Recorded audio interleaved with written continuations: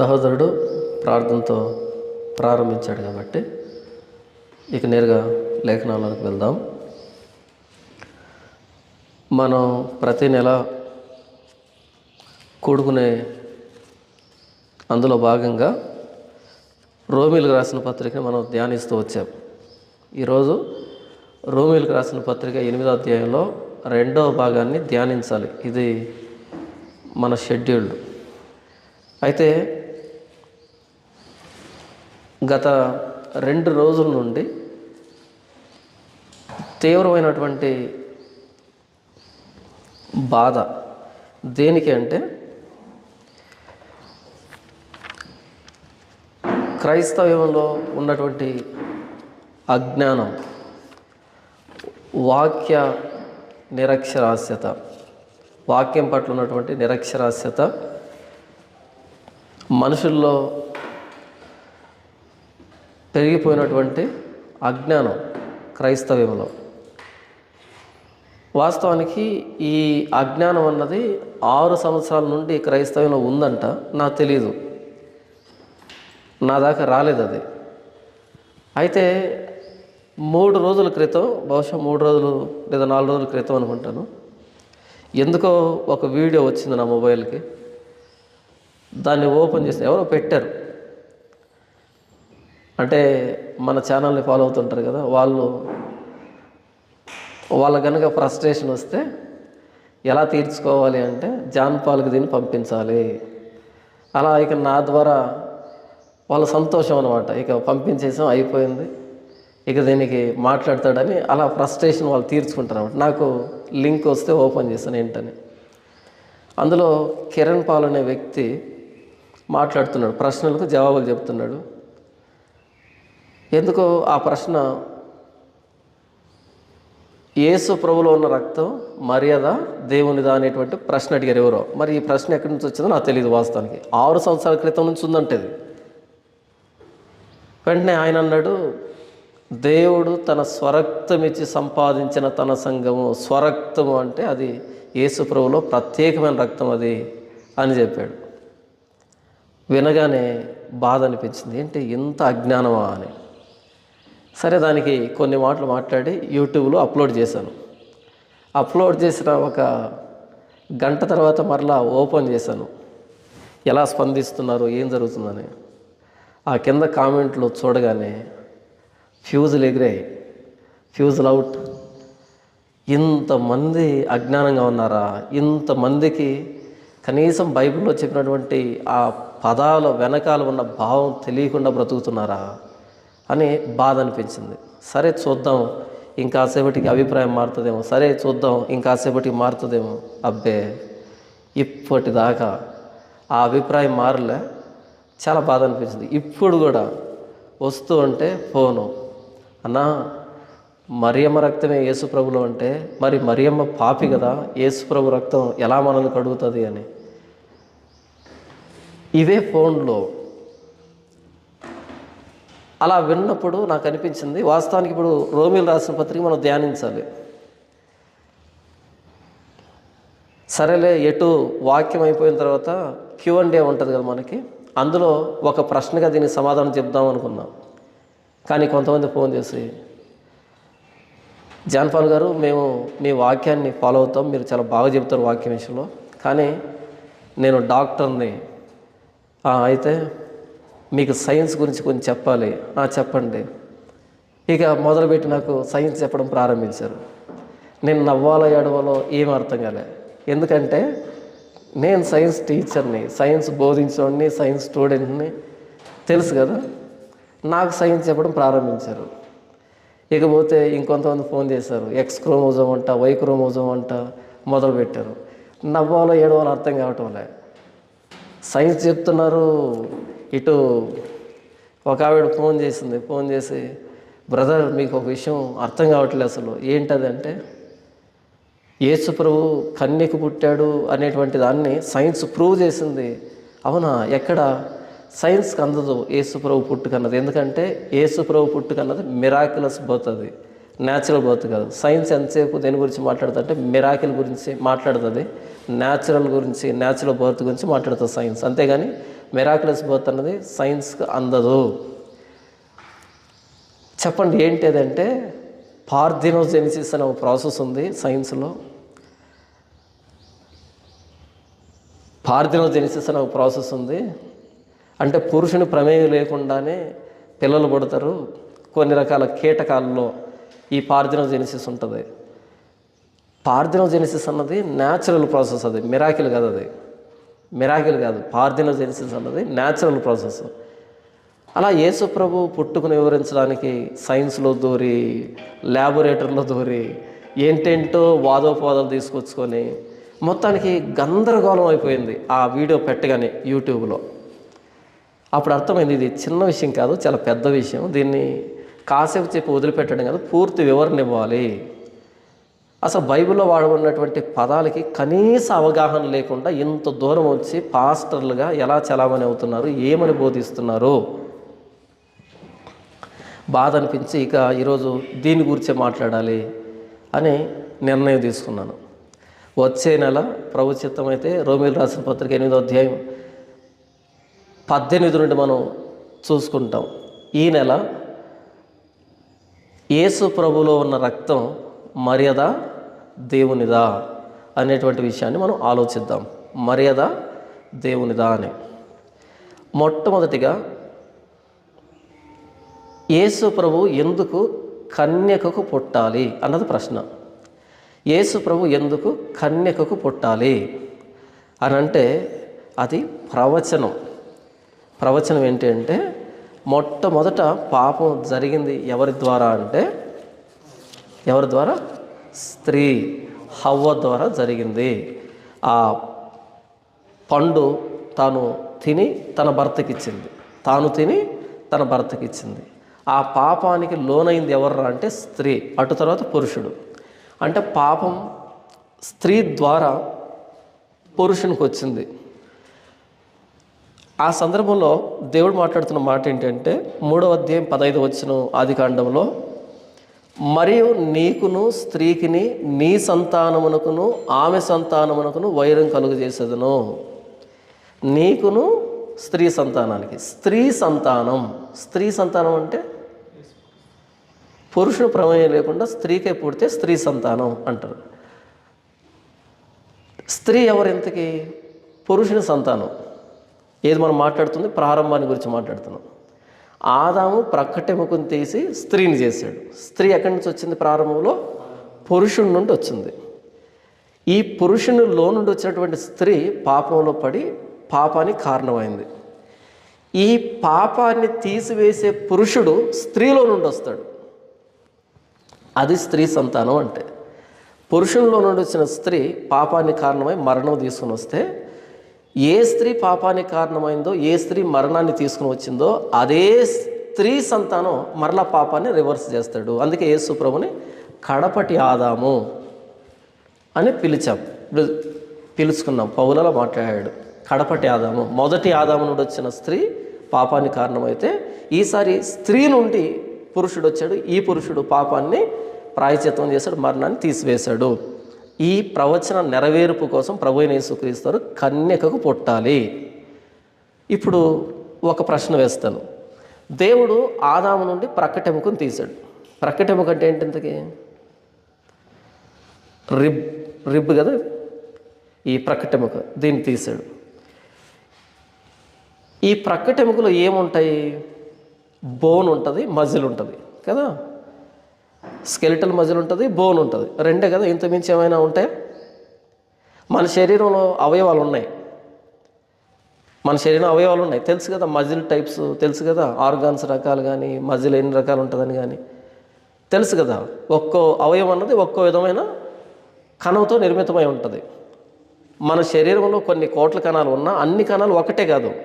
Skin cells వేరు, brain cells వేరు, liver cells వేరు, కార్డియాక్ సెల్స్ వేరు, మజిల్ సెల్స్ వేరు, కిడ్నీ సెల్స్ వేరు. ఇవన్నీ ప్రతిదీ కూడా ఒక్కో అవయవం ఒక్కో విధమైన కణంతో నిర్మితమై ఉంటుంది కదా.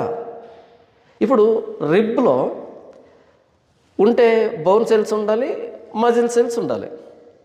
ఈ బోన్లో నుంచి దేవుడు స్త్రీని తయారు చేసినప్పుడు కళ్ళకు సంబంధించిన సెల్స్ అనేవి ఎక్కడున్నాయి? ఈ రిబ్బులో ఉన్నాయా? లేవు. బ్రెయిన్ సెల్స్ ఉన్నాయా? లేవు. కిడ్నీకి సంబంధించి ఉన్నాయా? న్యూరాన్స్ ఉన్నాయా? లేవు. కార్డియాక్ సెల్స్ ఉన్నాయా? లేవు. లివర్ సెల్స్ ఉన్నాయా? లేవు. మిగిలినటువంటి శరీరానికి సంబంధించినటువంటి స్కిన్ సెల్స్ ఉన్నాయా? లేవు. మరి ఎలా చేశాడు ఆయన? దాన్ని ఏమంటామంటే మిరాకిల్ అంటాం. అది న్యాచురల్ ప్రాసెస్ కాదు, అది దాన్ని మిరాకిల్ అని పిలుస్తాం. ఇది సైన్స్కి అందదు. సైన్స్ ఎంతసేపు ఉన్నా సరే న్యాచురల్ ప్రాసెస్ని ఎక్స్ప్లెయిన్ చేస్తుంది లేదా ఇమిటేట్ చేస్తుంది. ఈ న్యాచురల్ ప్రాసెస్ని సైన్స్ ఏం చేస్తుంది అంటే ఎక్స్ప్లెయిన్ చేస్తుంది. ఇది ఎలా పనిచేస్తుందంటే, దీని వెనకాల ఏముందంటే, లేదా దాన్ని యాజ్ ఇట్ ఈజ్ కాపీ కొడుతుంది, ఇమిటేట్ చేస్తుంది. అంతే సైన్స్. అంతమించి సైన్స్ అంటే నాలెడ్జ్ అని. నాలెడ్జ్ ఎలా వస్తుంది? అబ్జర్వేషన్ ద్వారా వస్తుంది. దాన్ని మరలా మనం ఇమిటేట్ చేయాలంటే ఎక్స్పెరిమెంట్ చేయాలి. నాలెడ్జ్ అంటే సైన్స్ అంటే ఈ న్యాచురల్గా ఉండేటువంటి ఈ ప్రాసెస్ని ఎలా రన్ అవుతుందో చెబుతుంది, లేదా అలాగే రన్ అయ్యేటువంటి దాన్ని ఇమిటేట్ చేస్తుంది, దాన్నే కాపీ కొడుతుంది. దాన్నే సైన్స్ అంటాం. ఇప్పుడు ఆదాము దేవుడు తయారు చేసింది న్యాచురల్ కాదు, అది మిరాకిల్. అది దాన్ని సైన్స్ టచ్ చేయలేదు. హవ్వను దేవుడు చేసిన దాన్ని సైన్స్ టచ్ చేయలేదు. ఎందుకని? దీనికి కనబడితేనే ఎక్స్ప్లెయిన్ చేస్తుంది, కనబడకపోతే ఎక్స్ప్లెయిన్ చేయదు. ఇది మిరాకిల్ని సైన్స్ ఎక్స్ప్లెయిన్ చేయదు. ఎలాగైతే ఆదాము ప్రక్కటెముక నుండి స్త్రీని దేవుడు తయారు చేశాడో, అన్ని కణాలు అన్ని అవయవాలు వచ్చాయో, ఎందుకు చేశాడు? ఎందుకు ప్రక్కటెముక నుండి స్త్రీని? ఒకే శరీరం, మీరు ఏక శరీరం, ఇద్దరు కాదు, మీరు ఒకే శరీరం అనేదానికి చేశాడు కదా. ఇది మిరాకిల్. మొదటి మానవుడి నుండి ప్రక్కటెముకను తీసుకొని స్త్రీని ఎలా చేశాడో, అన్ని అవయవాలను ఎలా చేశాడో, ఇప్పుడు ఈ మధ్య మాట్లాడుతున్నట్టు మేధావులంతా యేసుప్రభు రక్తం ప్రత్యేకంగా వచ్చిందంటే, మరి హవ్వకి కళ్ళు ప్రత్యేకంగా దేవుడు చేశాడా? ఆ మాంసం నుండి గది చేసింది. బ్రెయిన్ సపరేట్ చేశాడా? స్కిన్ సపరేట్ చేశాడా? లివర్ని, కిడ్నీని సపరేట్ చేయలేదు కదా. అందులో నుంచి ఆయన చేశాడు. అది మిరాకిల్. అలాగే మరియమ్మ అండం, ఆ ఎగ్ నుండి యేసు ప్రభువుని చేశాడు. మీకు అర్థమవుతుందా? మొదటి మానవుడి రిబ్బు నుండి స్త్రీని ఎలా చేశాడో, ఈ మొదటి మానవుడు మొదటి జంట నుండి వచ్చినటువంటి ఈ అవిధేయతను రివర్స్ చేయడానికి కడపటి ఆదాముని స్త్రీ అండం నుండి అలాగే చేశాడు ఆయన.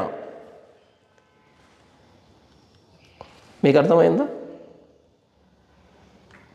ఇప్పుడు యేసు ప్రభులో ఉన్నటువంటి కళ్ళు కానీ, ముక్కు కానీ, ఆయన గుండె కానీ, ఆయన అవయవాలు అన్నీ కానీ, ఆయన శరీరం, శరీరధారి అంటే శరీరధారి, శరీరం అంటే ఎక్కడి నుంచి రావాలి? ఖచ్చితంగా యేసు ప్రభు మరియమ్మకు బయట కాదు ఆయన తయారైంది, మరియమ్మ లోపల.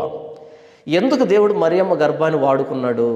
ఆ ఎగ్గును ఎందుకు వాడుకున్నాడు అంటే, శరీరం స్త్రీ ఆ అండం ద్వారానే తయారవుతుంది.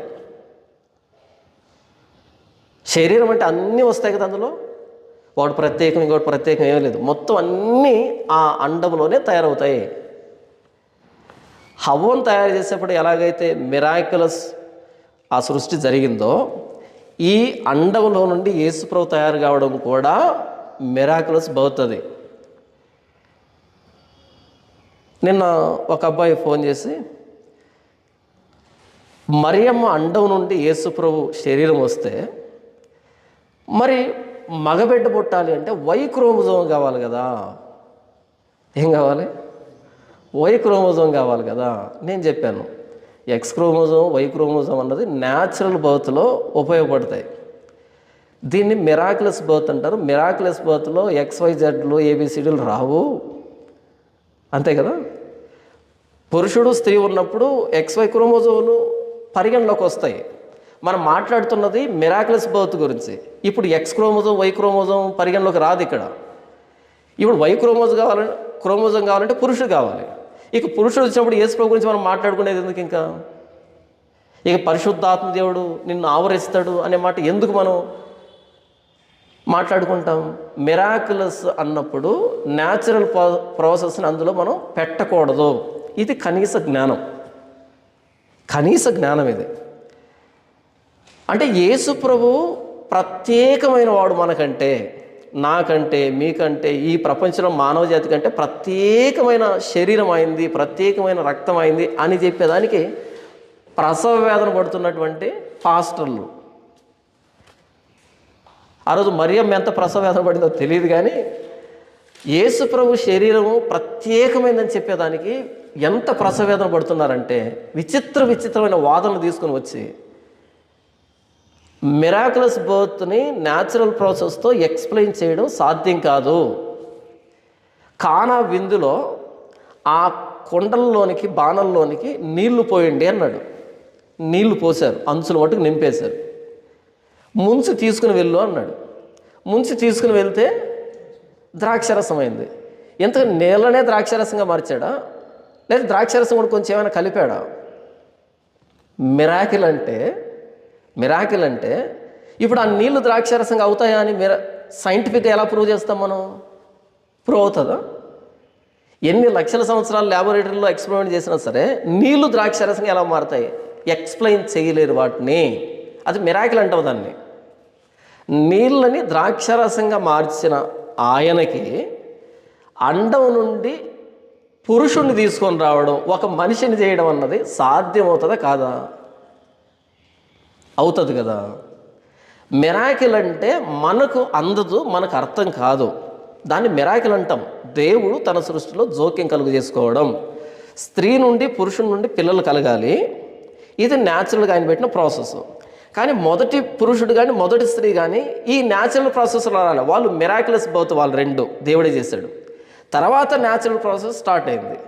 మరలా ఒకానొక సమయంలో మరలా ఆయన జోక్యం కలుగు చేస్తున్నాడు. దీన్ని మిరాకిలస్ బర్త్ అంటాం. ఇక మీద జోక్యం కలుగు చేసుకోడు.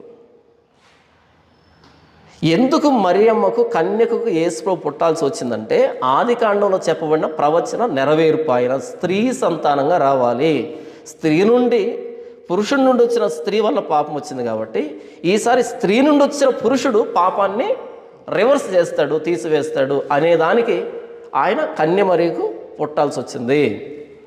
ఇప్పుడు ప్రశ్న ఏంటంటే, యేసు ప్రభులో కూడా మరియమ్మ రక్తం ఉంటే, మరియమ్మ మనలాంటి స్త్రీనే కదా, మనలాంటి మనిషే కదా, మరియమ్మ రక్తం ఉంటే మరి యేసు ప్రభు రక్తం పాపాలను ఎలా కడుగుతుంది? అవునా? యేసు ప్రభులో మరియమ్మ రక్తం ఉంటే, స్త్రీ రక్తం ఉంటే, అంటే తన తల్లిదండ్రుల నుంచి ఆవిడకి రక్తం వచ్చి ఉంటే, ఇదే రక్తం యేసు ప్రభులోకి వస్తే ఆ రక్తం మన పాపాలను ఎలా కడుగుతుంది కదా?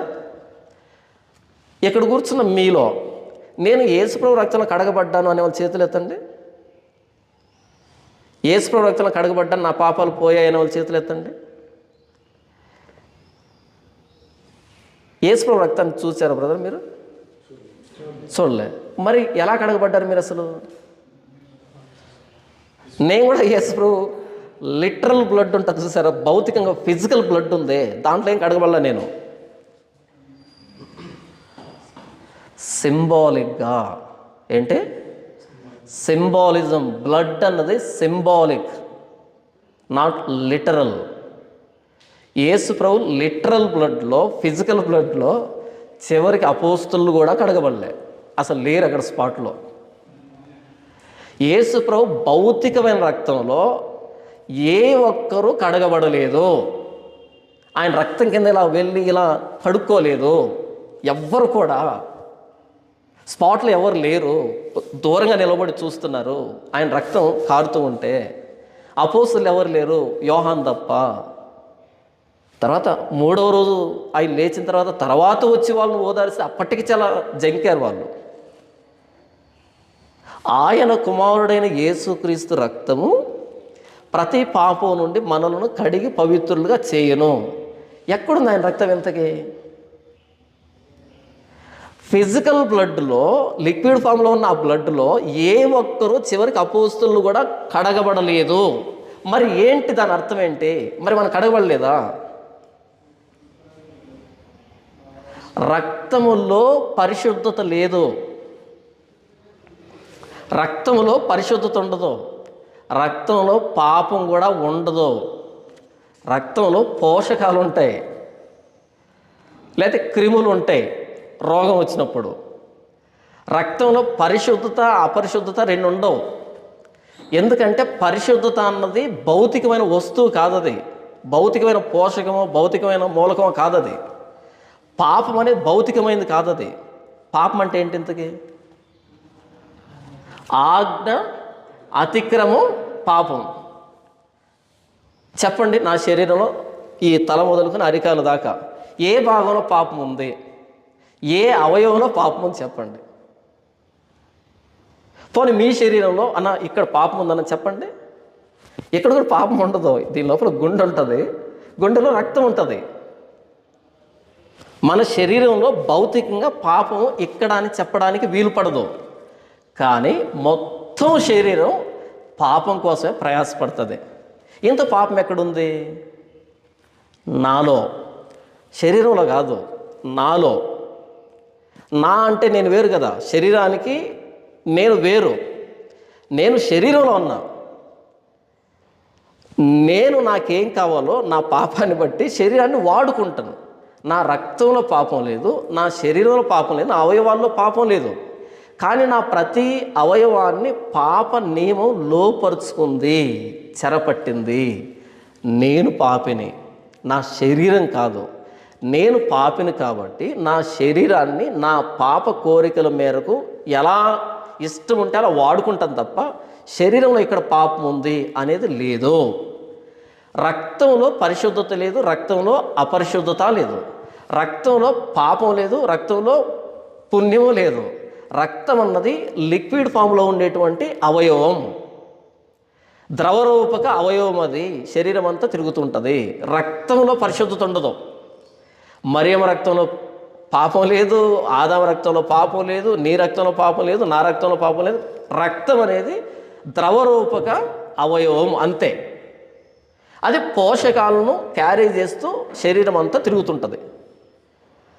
రక్తం అనేది సింబాలిజం. అది బైబుల్లో సింబాలిక్గా చెప్పబడినటువంటి వస్తువే తప్ప రక్తం అనేది రక్తంలో పాపం ఉందని కాదు. మరియమ్మ రక్తం యేసు ప్రభువులోకి వస్తే రక్తంలో పాపం ఉంటాయి కదా. సమస్య ఇక్కడ అసలు యేసు ప్రభు రక్తంలోనే ఎవరు కడగబడలేదు కదా. భౌతికంగానే మాట్లాడుతుంది, ప్రత్యక్షంగానే మాట్లాడుతుంది. మనమంతా యేసు ప్రభు రక్తంలో కడగబడుతున్నట్టే సింబాలిక్గా. ఇప్పుడు ఏం చేశారంటే, మరియమ్మ పాపి కదా, మరి పాపి అయిన మరియమ్మ నుండి యేసు ప్రభు వస్తే ఆయన రక్తం కూడా అదే అయితే ఆయన రక్తం పాపిని ఎలా కడుగుతుంది? అసలు రక్తం పాపాన్ని కడుగుతుందని బైబిల్లో ఎక్కడుంది? భౌతికమైన రక్తము పాపాన్ని కడుగుతుందని ఎక్కడుంది బైబిల్లో? పాపం అనేది అభౌతికమైనదైతే, రక్తం అనేది భౌతికమైనదైతే, భౌతికమైన రక్తం అభౌతికమైనటువంటి పాపాన్ని ఎలా కడుగుతుంది కదా? ఇంత చిన్న విషయాన్ని తెలియకుండా గత 3 రోజుల నుంచి ఎంత బాధ అవుతుందంటే, ఒక్కొక్కరు ఫోన్ చేసి మాట్లాడుతుంటే ఇంత చిన్న విషయం అర్థం కాకుండా ఎలా మీరు ఇంత దూరం వచ్చారు? ఇది 6 సంవత్సరాల నుంచి రగులుతున్నటువంటి రగడంట క్రైస్తవ్యంలో. రక్తం అనేది భౌతికమైంది, అందులో అపరిశుద్ధత ఉండదు. ఇప్పుడు మీకు విషయాన్ని చూపెడతాను. పేతురు రాసిన మొదటి పత్రిక 1వ అధ్యాయము 18 నుండి నేను చదివి వినిపిస్తాను. పితృపారంపర్యమైన మీ వ్యర్థ ప్రవర్తనను విడిచిపెట్టినట్లుగా వెండి బంగారముల వంటి క్షయ వస్తువుల చేత మీరు విమోచింపబడలేదు, కానీ అమూల్యమైన రక్తము చేత. ఏ రక్తం చేత అంట? అమూల్యము. మూల్యము అంటే వెల, అమూల్యము అంటే వెల కట్టలేనిది, చాలా ఖరీదు. ఎంత ఖరీదంటే మనం వెల కట్టలేము అంతే. వెల కట్టలేని అమూల్యమైన. ఈ ప్రపంచంలో మనకు బ్లడ్ గ్రూప్స్ ఉన్నాయి, కానీ ఏబి నెగిటివ్ అని ఒకటి ఉంది. దొరుకుతుందా? ఓ పాజిటివ్ అనుకో, అలా చిటికేస్తే 100 మంది వచ్చేస్తారు. కానీ ఏబి నెగిటివ్ అని ఒకటి ఉంటుంది. ఏబీకి సంబంధించిన బ్లడ్ గ్రూప్ ఉంటుంది. అలా ఆ గ్రూప్ కలిగిన వాళ్ళకి చాలా కష్టం. వాళ్ళకి ప్రమాదం జరిగితే కనుక చాలా ఇబ్బంది, దొరకరు. ఎవడికో ఉంటుంది, వాడు ఇస్తాడు, ఎవడో తెలియదు, వాడికి ఏ రోగం ఉంటుందో తెలియదు కదా. అయినా సరే సంపాదించవచ్చు.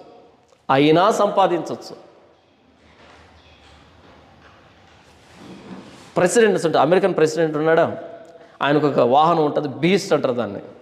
అందులో ఆయన బ్లడ్ గ్రూపు ప్యాకెట్ ఉంటుందంట. ఒకవేళ యాక్సిడెంట్ అయితే ఇమ్మీడియట్గా ఎక్కించడానికి ఉంటుందంట.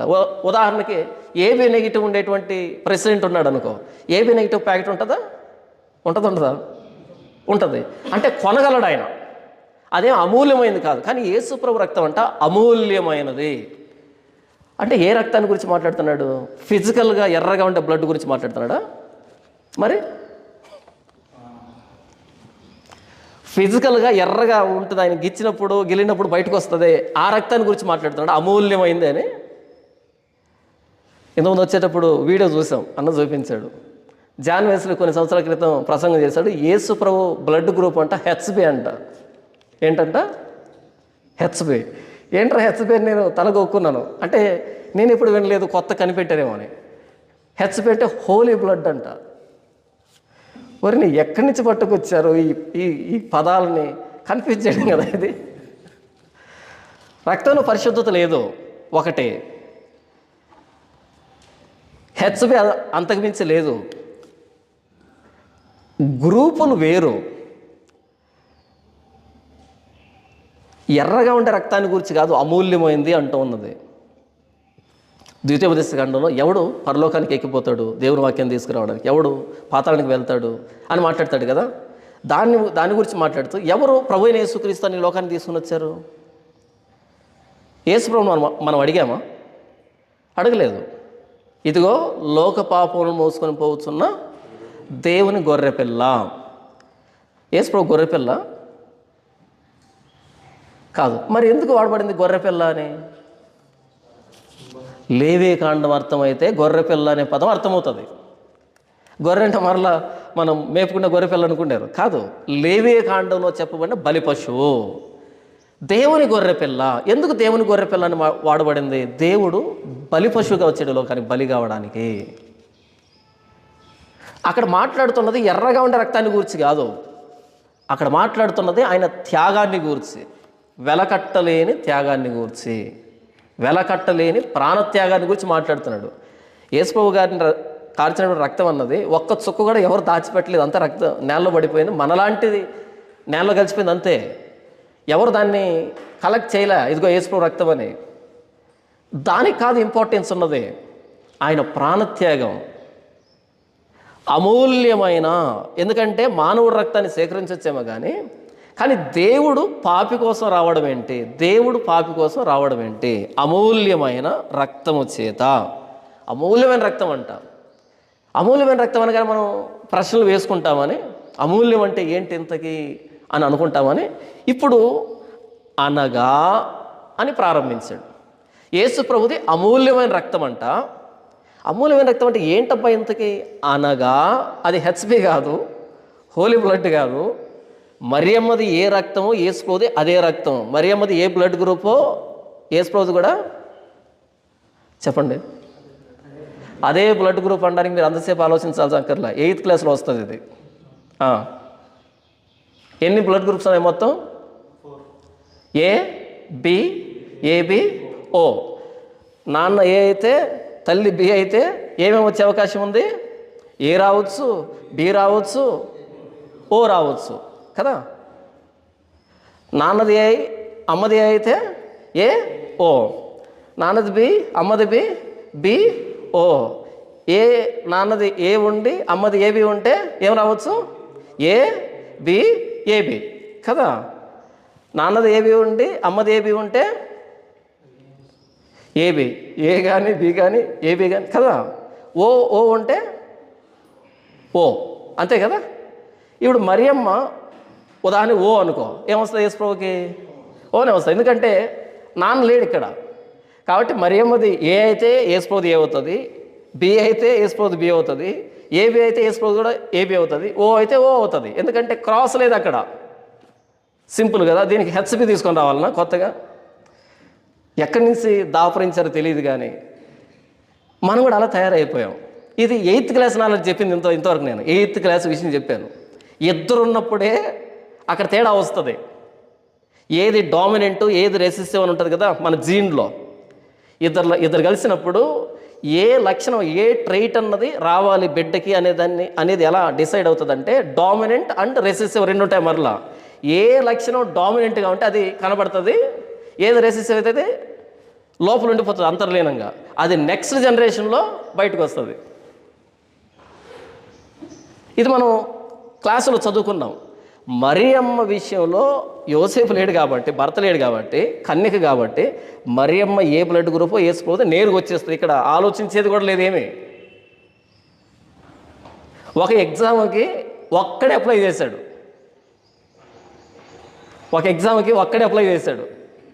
ఇప్పుడు చెప్పండి, ఫస్ట్ ఎవరు వస్తారు?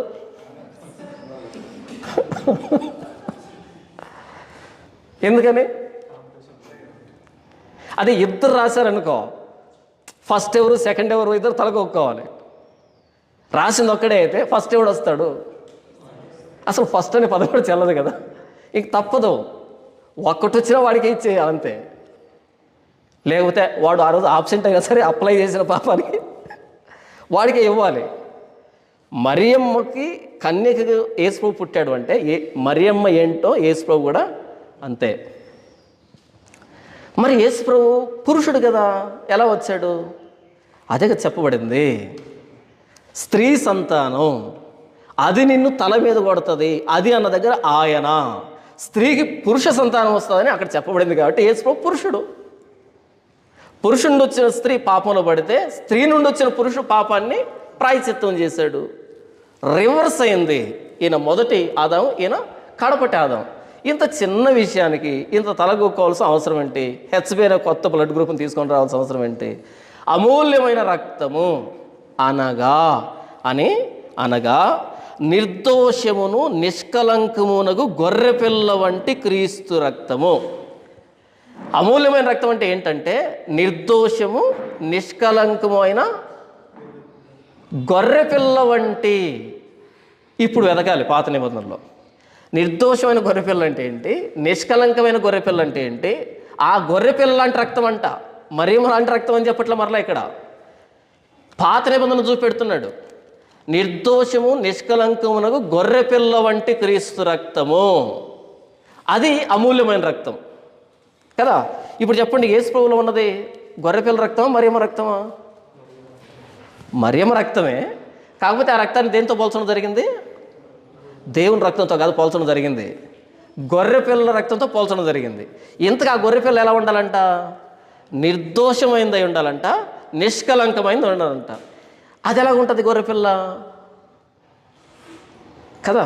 మనం లేవియాకాండం 22వ అధ్యాయాన్ని చూసినప్పుడు, లేవియాకాండం 22వ అధ్యాయము 17 నుండి 25 వచనాలు చూసినప్పుడు ఇక్కడ మనకి నిర్దోషమైన నిష్కలంకమైన గొర్రెపిల్ల కనబడుతుంది. చూడండి.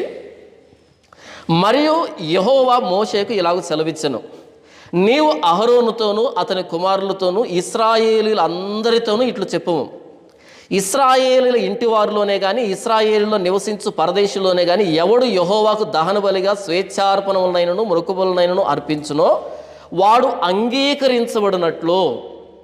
అంగీకరించబడాలంటే దేవుని సన్నిధిలో అంగీకరించబడినట్లు గోవుల్లో నుండి అయినను గొర్రె మేకల్లో నుండి అయినను దోషము లేని మగదానిని అర్పించాలి.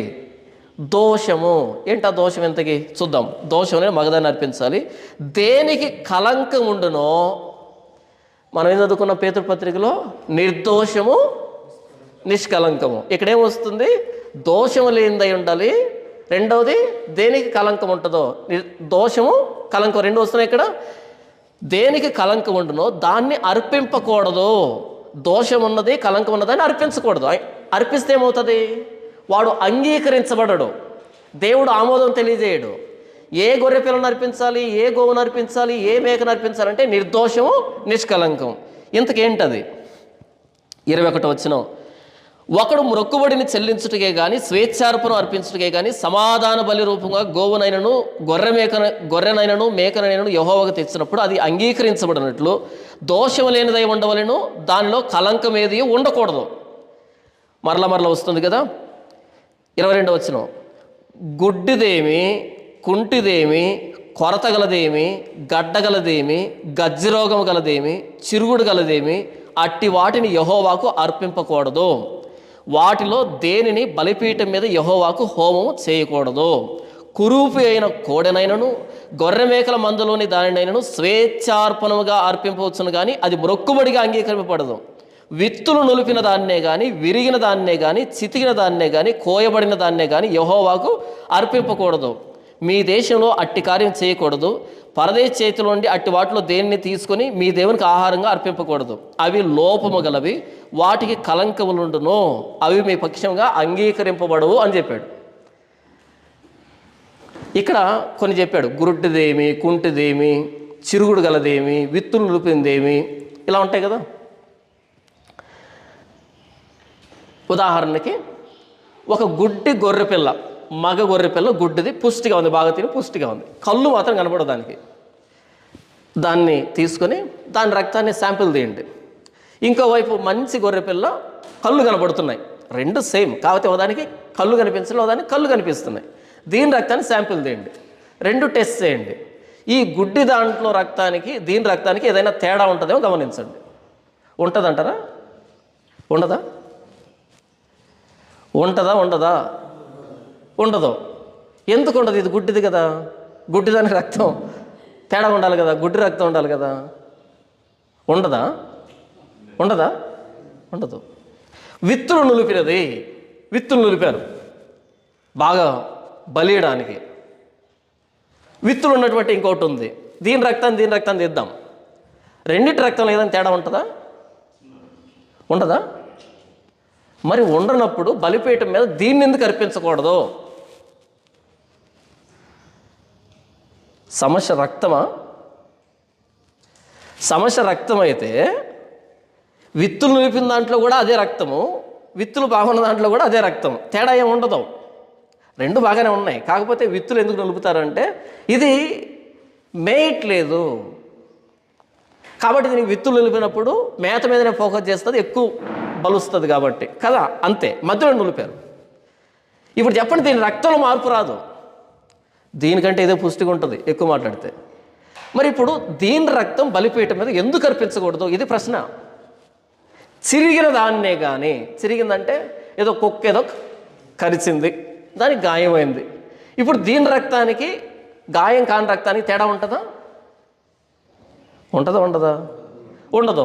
ఉండనప్పుడు ఏదైతే ఏముండదు అర్పించవచ్చు కదా. ఈయనకి కావాల్సిన రక్తమా లేకపోతే పైన రూపమా?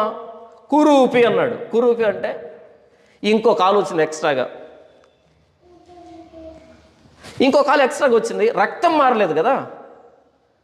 కురూపితో ఆయనకేం పని?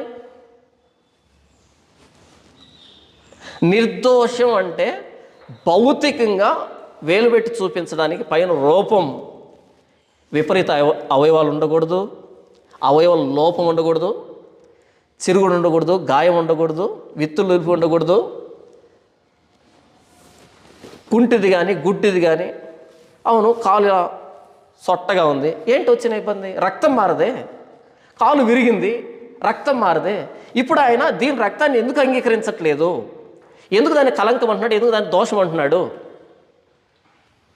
కావాల్సిన రక్తం కాదన్నమాట. కాలు విరిగితే రక్తం మారదు, గుడ్డితనం ఉంటే రక్తం మారదు, కొరత ఉంటే రక్తం మారదు. అంటే కావాల్సిన రక్తం కాదన్నమాట. ఇంకేం కావాలి ఆయనకి? ఏం కావాలి? డిఫెక్ట్ ఉండకూడదు దానికి, అంటే దానికి లోపం ఉండకూడదు. దేవుడికి అర్పించేటప్పుడు లోపం లేని దాన్ని అర్పించాలి. సరే, గొర్రెల విషయంలో, మేకల విషయంలో, ఆవుల విషయంలో, వీటి విషయంలో, ఈ జంతువుల విషయంలో బయట కనపడింది, లోపం కనపడింది, దాన్ని పక్కన పెట్టాం, లోపం లేని దాన్ని అంగీకరించాం, దాన్ని బలిపీఠం మీద అర్పించాం దేవుడికి. ఇప్పుడు మనుషుల విషయానికి వస్తే నిర్దోషం, నిష్కలంకం అంటే వేటిని బట్టి నిర్ణయించబడతాడు మనిషి? దేని బట్టి? ఒక గొర్రె పిల్లకి అది కురూపి కాదు, అది చిరుగుడు కలిగింది కాదు, లేకపోతే కుంటిది కాదు, గుడ్డిది కాదు, ఇలా మనం అన్నీ చూడాలి అంటే తలలో ఇంకొక దాన్ని పెట్టుకోవాలి. అదేంటంటే మంచిది, శ్రేష్టమైన ఒకటి ఉంటుంది కదా, దాన్ని పెట్టుకున్నప్పుడు ఇది మనకు అర్థమవుతుంది. దీన్ని స్టాండర్డ్ అంటాం. మీరు ఎప్పుడైనా బ్లడ్ టెస్ట్కి వెళ్ళినప్పుడు మన రక్త నమూనాన్ని తీసుకొని దాన్ని ఏదో చేస్తాడు, దీన్ని ఏమంటారంటే టెస్ట్ అంటాడు, దీన్ని టెస్ట్ అంటారు. దీన్ని ఇంకొకటి ఉంటుంది, దాన్ని స్టాండర్డ్ అంటారు. దీన్ని తీసుకొని స్టాండర్డ్ పక్కన పెట్టినప్పుడు దీంతో బేరీజ్ వేసినప్పుడు తెలుస్తుంది. అది అర్థమవుతుందా? స్టాండర్డ్ ఒకటి ఉంటుంది, టెస్ట్ ఒకటి ఉంటుంది. మీరు సైన్స్ స్టూడెంట్ అయితే మీకు అర్థమై ఉంటుంది. లేదు, ఇప్పుడు చెప్పండి, నేను తెల్లగా ఉన్నానా నల్లగా ఉన్నానా?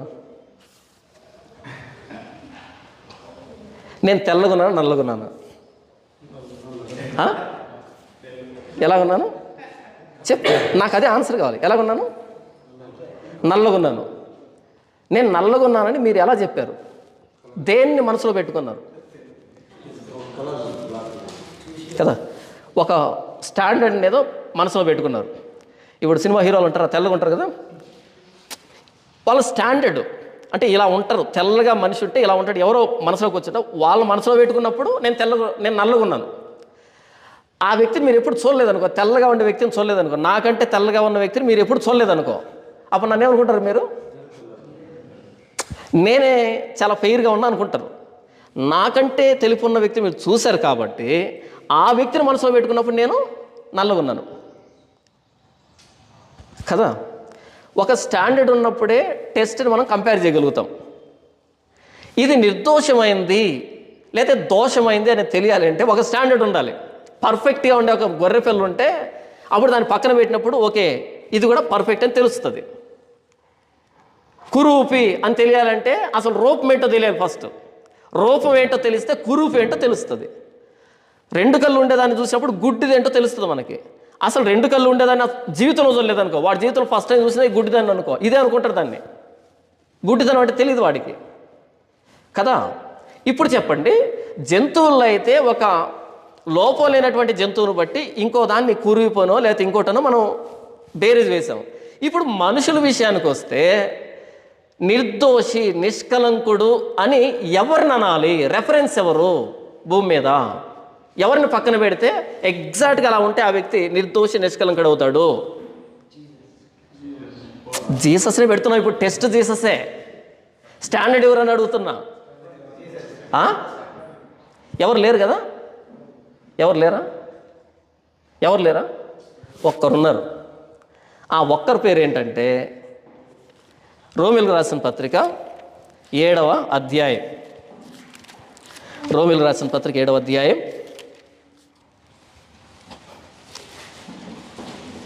12వ వచనం. కాబట్టి ధర్మశాస్త్రం పరిశుద్ధమైనది, ఆజ్ఞ కూడా పరిశుద్ధమైనది, నీతి గలది, ఉత్తమమై ఉన్నది. ధర్మశాస్త్రం ఏంటి?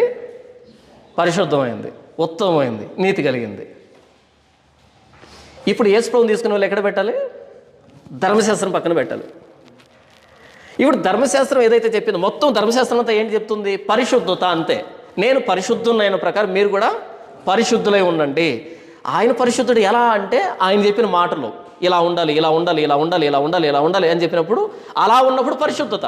అయితే ఎవరు దాన్ని నెరవేర్చలేకపోయారు. ఇప్పుడు యేసు ప్రభుని తీసుకొచ్చి పెడదాం ధర్మశాస్త్రం పక్కన. ఏ ఆజ్ఞ విషయంలో యేసు ప్రభు మిస్ అవుతాడు చెప్పండి? 613 ఆజ్ఞల్లో దేంట్లో మిస్ అవుతాడా? అవడా? ఒక్క ఆజ్ఞ విషయంలో చెప్పండి, ఎక్కడ మిస్ అవుతాడు? కాడా? పర్ఫెక్ట్ కదా. నిర్దోషం, నిష్కలంకం. జంతువుల విషయంలో పై రూపాన్ని బట్టి ఇది నిర్దోషం, నిష్కలంకం చెప్పబడింది. కానీ లోపల రక్తాన్ని కదా ఆయన అంటూ ఉన్నది. దాని రూపాన్ని చూసి అర్పించండి, దాని రూపాన్ని చూసి అర్పించండి. రక్తంలో ఇన్ఫెక్షన్ గురించి మాట్లాడటం ఆయన, దాని రూపాన్ని చూసి అర్పించండి. ఇప్పుడు మనుషుల విషయానికి వస్తే ఆదాం మొదలుకొని మరియమ్మ వరకు లేదా యుగాంతం వరకు ఏ మనిషిని పక్కన పెడితే ధర్మశాస్త్రం పక్కన 100% మార్కులు వస్తాయి, 100 వస్తాయి. ఎవరికి వస్తాయి? ఎవరికి రావు, ఒక్క యేసు ప్రభుకు తప్ప. ఇప్పుడు యేసు ప్రభు అర్పించబడ్డానికి యోగ్యుడు, అర్హుడవుతాడు. లోపల ఉన్న రక్తాన్ని బట్టి కాదు, బయట రూపాన్ని జంతువులకు మనం చూస్తాం. ఎందుకంటే అవి ఏ మోరల్ బీయింగ్స్ కాబట్టి, ఏ మోరల్ కాబట్టి, అనైతిక జీవులు కాబట్టి వాటికి నైతికత వెదకం. ఉదాహరణకి పల్లెటూళ్ళల్లో తిడుతూ ఉంటారు. కోళ్ళు పక్కింట్లో వచ్చి మన ఇంట్లోకి వచ్చాయనుకో, తిడతారా ముసలోళ్ళు? ఏమని తిడతారు? అబ్బాబ్బా ఈ దొంగ కోళ్ళతో పడలేకపోతున్నాం, అలా లోపలికి వెళ్ళలేదు అప్పుడే వచ్చి తింటుంది, ఎంత దొంగ బుద్ధి దీనికి, ఏదో అంటుంటారు కదా. పిల్లినో కుక్కనో, కుక్కలకి దొంగతనం తెలియదు, వాటికి దొంగతనం అని, మోసం అని ఇలాంటివి ఆపాదించబడవు. ఎంత కనికరం లేని జంతువులు అనబడవు, వాటి స్వభావమే అది. ఏ మోరల్, అనైతిక, నైతికత ఆపాదించబడదు వాటికి. అది అబద్ధం చెప్పలేదు, నిజం చెప్పలేదు. అబద్ధం నిజం అన్నది దానికి డిక్షనరీలో ఉండదు, డిక్షనరీ ఉండదు కదా దానికి. ఏ మోరల్ బీయింగ్స్ కాబట్టి బయట రూపాన్ని దేవుడు చెప్పాడు, ఇలా ఉంటే దాన్ని అంగీకరించండి అని. లోపల రక్తాన్ని గురించి చెప్పలే. బయట ఇలా ఉన్నప్పుడు అది నిర్దోషం అవుతుంది, నిష్కలంకం అవుతుంది. కానీ మనుషుల విషయానికి వచ్చినప్పుడు నైతికత చెప్పాడు ధర్మశాస్త్ర రూపంలో. ఇలా ఉండాలి, ఇలా ఉండాలి, ఇలా ఉండాలి, ఇలా ఉండాలి అని చెప్పాడు. ఇప్పుడు ఇవన్నీ ఉన్న వ్యక్తి నిర్దోషి, నిష్కలంకం అవుతాడు. ఈ గొర్రె పిల్ల మానవ జాతి కోసం బలిపీఠం ఎక్కడానికి అర్హత సంపాదించింది. అక్కడ రూపం, ఇక్కడ నైతికత. ఇప్పుడు చెప్పండి, యేసు ప్రభువులో ఏ రక్తం ఉంటుంది? మరియమ్మ రక్తం ఉంటుంది. మరియమ్మ ఎలాగుంటుందో యేసు ప్రభు కూడా అలాగే ఉంటాడు. కాదు, ఆయన పురుషుడు. రక్తం కాదు ఆయన కావాల్సింది. ఒకవేళ రక్తం కావాలి అంటే కనుక, భౌతికమైన రక్తం కావాలంటే కనుక అపోస్తులు కూడా రక్షించబడలే. అపోస్తులు కూడా రక్షింపబడలే. ఎందుకని? పొరపాటున రక్తాన్ని ఎవరు తగలలే. అసలు ఇలా తగలలే యేసు రక్తాన్ని. పేతురు తగిలాడా? పోనీ ఆయన తిరిగి లేచిన తర్వాత అయినా పరుగున వెళ్ళి ఆ స్పాట్కి వెళ్ళి అయ్యో యేసు రక్తం ఇక్కడే తడిమారా? ఎవ్వరు తగలే యేసు రక్తాన్ని. రక్తం అన్నది సింబాలిక్గా చెప్పబడినటువంటి విషయం తప్ప ఫిజికల్గా చెప్పబడింది కాదు అది. ఇప్పుడు బలిపీఠాన్ని ఎవరు ఎక్కాలి అంటే నిర్దోషి, నిష్కలంకుడు. దేన్ని బట్టి? ధర్మశాస్త్రాన్ని బట్టి. ఆజ్ఞ అతిక్రమం పాపం. ఆ పాపం రక్తంలో ఉండదు, గుండెలో ఉండదు, ఆలోచనలో ఉండదు. మనం పాపం. నేను పాపిని. నేను నా మనసుని పాపానికి ఉపయోగిస్తాను, నా చేతుల్ని, కాళ్ళని మొత్తాన్ని పాపానికి ఉపయోగిస్తాను. కానీ చేతుల్లో పాపం లేదు, కాళ్ళలో పాపం లేదు, రక్తంలో పాపం లేదు. మనోళ్ళు ఏం చేశారంటే, మరి మరియమ్మ పాపి కదా, మరియమ్మ రక్తం యేసు ప్రభులోకి వస్తే యేసు ప్రభు ప్రపంచ పాపాలు ఎలా కడుగుతాడు? కడిగింది రక్తంతో కాదు కదా, ఏది ఫిజికల్గా ఉండే ఆ రక్తంతో కాదు కదా ఆయన కడిగింది. మరి దేంతో కడిగాడు ఆయన? రక్తము అంటే ప్రాణము. చూడండి, లేవియాకాండం 17వ అధ్యాయం 11వ వచనం. లేవియాకాండం 17వ అధ్యాయం 11వ వచనం. రక్తము దేహమునకు ప్రాణం. రక్తము దేహానికి ప్రాణము. మీ నిమిత్తము ప్రాయచిత్తము చేయనట్లు బలిపీఠం మీద పోయేటకై దానిని మీకు ఇచ్చితని. రక్తం ఏం చేస్తుందంట? ప్రాయచిత్తం చేస్తుంది. మీ నిమిత్తం ప్రాయచిత్తం చేయడానికి, బలిపీఠం మీద పోయడానికి మీకు ఇచ్చాను. రక్తము దానిలో ఉన్న ప్రాణమును బట్టి ప్రాయచిత్తం చేయను. రక్తం ఎలా ప్రాయచిత్తం చేస్తుందంట? ఉదాహరణకి ఒక నిర్దోషమైన గొర్రెపిల్ల, నిష్కలంకమైన గొర్రెపిల్ల ఒకటి ఉంది. జస్ట్ అప్పుడే ప్రాణం పోయింది, అంతే. సెకండ్ క్రితమే ప్రాణం పోయింది. వెంటనే కసకస గొంతుకు వచ్చామనుకో, రక్తం వస్తుందా రాదా? చెప్పండి. అలా కన్ను మూసింది, వెంటనే కోసేసాం, రక్తం వస్తుందా రాదా? వస్తుంది. దీన్ని తీసుకొచ్చి బలిపీఠం మీద కొమ్మరిస్తే శబాష్ అని అంటాడు దేవుడు. ఏ కావాల్సిన రక్తమే కదా. రక్తము దానిలో ఉన్న ప్రాణాన్ని బట్టి. చచ్చిందాన్ని అర్పించకూడదు, అది బ్రతికి ఉండాలి, దాని రక్తం చిందించబడాలి. అంటే దాని అర్థం ఏంటంటే దాని ప్రాణానికి గుర్తుగా రక్తం. ఎందుకంటే ప్రాణం కనపడదు కదా.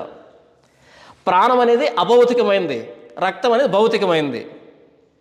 కనిపించని ప్రాణం రక్తంలో లేదు, కానీ రక్తం కదులుతున్నప్పుడు ప్రాణం ఉందని మనం అర్థం చేసుకుంటున్నాం. మనం హాస్పిటల్కి వెళ్ళగానే ఇలా పట్టుకుంటాడు డాక్టరు, ఇలా చూస్తాడు. ఇక్కడేం కనపడుతుంది? ప్రాణం కనపడుతుందా? కాదు. ఇక్కడ రక్తం సరఫరా ఉంటుంది, దీన్ని బట్టి ప్రాణంతో ఉన్నాడా లేదా చెప్తాడు. ప్రాణం ఏం తిరగదు నరాల్లో, ప్రాణం ఉన్నప్పుడు రక్తం తిరుగుతుంది. కనిపించని ప్రాణాన్ని కనిపించే రక్తంతో మనం అర్థం చేసుకుంటున్నాం కాబట్టి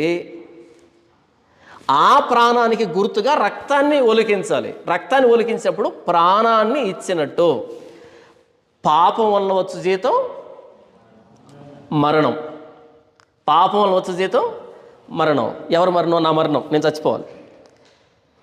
ఇప్పుడు నా ప్రాణాన్ని నేను కాపాడుకోవాలంటే దీనికి ఏమి ఇస్తే నా ప్రాణం దక్కుతుంది? కంటి కన్ను, పంటికి పన్ను, చేతికి చెయ్యి, కాలు కాలు, వాతకు వాత, దెబ్బకు దెబ్బ. ప్రాణానికి ప్రాణం సమన్వయం. సో నా ప్రాణానికి నేను అడ్డు పెట్టుకునేది ఇంకొక ప్రాణాన్నే. నేను దోషిని, నిష్కలంకుని, ప్రభువా ఇదిగో నిర్దోషమైన నిష్కలంకమైన దీని ప్రాణాన్ని తీసుకుని నా ప్రాణాన్ని వదిలిపెట్టు అనేది బలి. అది కూడా దోషంతో ఉందనుకో, నా దోషాన్ని తీసేయలేదు. దాని రక్తం కాదు, దాని ప్రాణం. కాబట్టి ఈ ప్రాణాన్ని నా ప్రాణానికి బదులుగా అంగీకరించు, ఇది బలి కదా.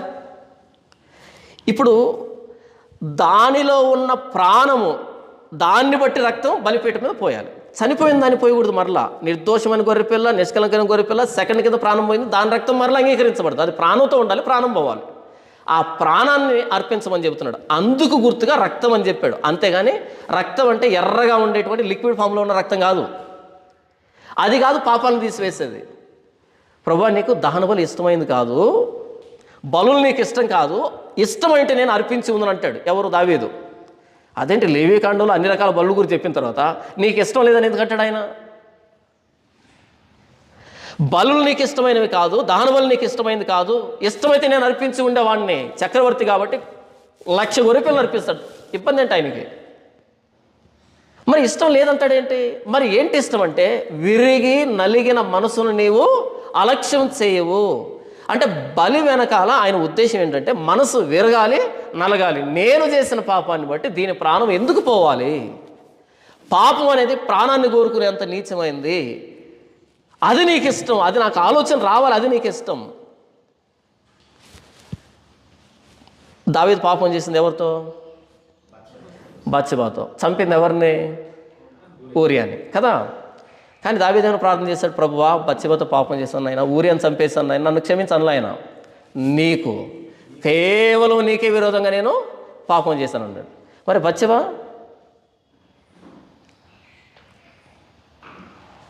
పాపం చేయకూడదు, వ్యభిచరింపకూడదు, నరహత్య చేయకూడదు అన్నది ఆయన నియమం. అది మొదట ఆయన పాపం చేశాం, ఆయన పాపం చేసే భాగంగా వీళ్ళను చంపేయడం, వీళ్ళను చెరచడం జరిగింది.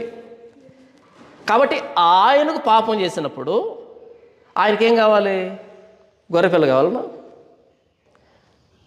గొర్రెపిల్ల రక్తము ఇది కావాలి ఆయన దేవుడికి. ఏం కావాలి? మనసు విరగడం, నలగడం, ప్రభువా తప్పు అయిపోయింది అనడం కావాలి ఆయనకి. అది ఎప్పుడు జరుగుతుంది? ప్రాణం పోయినప్పుడు జరుగుతుంది. అందుకు బలినిచ్చారు తప్ప ఆ రక్తం ఆ బలిపీఠం మీద పోస్తే ఆయనకి ఏదో వస్తుందని కాదు, దాన్ని తగలబెడితే ఏదో వస్తుందని కాదు. ఆ ప్రాసెస్లో అది జరుగుతున్నటువంటి ఆ క్రమంలో మనం చాలామందిమే కోడిని కోసేటప్పుడు, మేకను కోసేటప్పుడు, పశువులను వధించేటప్పుడు చూడలేము. చాలామందిమే అక్కడ జోకులు వేసుకోలేము. దాన్ని పీకను తెంపిన తర్వాత అది గిలగిల కొట్టుకుంటుంటే అంత మామూలుగా ఉన్నట్టుగా ఉండలేము. ఉంటామా? ఎప్పుడైనా మీరు పశువులు వధిస్తున్న దగ్గరికి వెళ్ళండి, ఎంత గంభీరమైన మనసు వస్తుందో, ఒక విధమైన భయానకమైన వాతావరణం వస్తుంది. అక్కడ అది నా కోసమే వధించబడుతుందంటే నా మనసు ఎలా ఉంటుంది? ఒకవేళ ఇది లేకపోతే నా పరిస్థితి ఏంటి? నేనే కదా చావాల్సింది, ఇది ఉంది కాబట్టి అది చచ్చింది, ఇది లేకపోతే నేనే కదా చనిపోవాలి. ఆ గంభీరమైనటువంటి ఒప్పుకోలు అక్కడే వస్తుంది. ఆయన కావాల్సింది ఎర్రగా ఉండే రక్తం కాదు. ఆ ఎర్రగా ఉండే రక్తం చిందించబడినప్పుడు దాని ప్రాణం పోయిందనే సింబాలిక్గా మనకు అర్థమవుతుంది. అప్పుడు నా మనసు విరుగుతుంది, నా మనసు నలుగుతుంది. అది కావాలి దేవుడికి. రక్తం అంటే ఏంటి అంటే, రక్తము దేహమునకు ప్రాణము, మీ నిమిత్తం ప్రాయచిత్తము చేయనట్టు బలిపీఠం మీద పోయేటకే దాన్ని మీకు ఇచ్చితని. రక్తం దానిలో ఉన్న ప్రాణమును బట్టి ప్రాయచిత్తం చేయను. కాబట్టి మీలో ఎవడను రక్తము తినకూడదనియో, మీలో నివసించి ఏ పరదేశియో రక్తం తినకూడదని నేను ఇశ్రాయేలుకు ఆజ్ఞాపించుతని. మీరు మటన్ తింటారా? మటన్ తింటారా? 1 కేజీ మటన్ని మీరు రక్తం లేకుండా ఉడకబెట్టుకోవాలంటే ఫస్ట్ దాన్ని ల్యాబొరేటరీ పంపించాలి కదా. మనం రక్తమే తినకూడదు అన్న, ఇక్కడ ఏమన్నాడు దేవుడు? రక్తం తినకూడదు అన్నాడు. మటన్లో రక్తం ఉంటుందా? ఉంటుందా? ఉంటుంది కదా. మేము రక్తమే తినం అంటారు కదా చాలామంది. రక్తం తినం, మేము బాగా కడుగుతాం. ఒక ఆవిడ నాకు కౌంటర్ ఇచ్చింది, రక్తం లేకుండా ఎలా తినాలంటే జాన్పాలకు తెలియదు, దాన్ని 3 సార్లు ఉడకబెట్టి 4 సార్లు పైకి లేపి అలా చేసి ఇలా చేసి అలా ఏదో చేయాలని ప్రాసెస్ చెప్పింది ఆవిడ. అది కాదు దాని అర్థం. సింబాలిక్గా అసలే రక్తం లేకుండా మొత్తం కడిగేసి తినమని కదా ఆయన అంటున్నది. సింబాలిక్గా ఈ ఉంటాయా కీళ్ళు, ఎముకలు ఉంటాయా? ఇష్టమేనా మనకి? మటన్లో ఉడక పెడతారు కదా కీళ్ళు, ఇవి ఇష్టమేనా? ఇష్టమే. అది పడితే భలే ఆనందం కదా. దాన్ని ఏం చేస్తాం, ఇలా పెట్టి ఉప్పు అని లాగితే సరక్కం లోపలికి వచ్చేస్తుంది. ఎంత మాంసం తినారా అనే తృప్తి ఒక్కటి అంత అలా లాగినప్పుడు ఎంత తృప్తిగా ఉంటుంది కదా. ఇంతకేంది అది లోపలికి వచ్చింది? ఏంటది? మూలుగంటే ఏంటి? ఇంతకి మూలుగంటే ఏంటి? రక్తం కదా. మూలుగంటే రక్తమే కదా. మూలుగే కదా రక్తం అంటే, కాదా? మూలుగంటే రక్తం కాదా?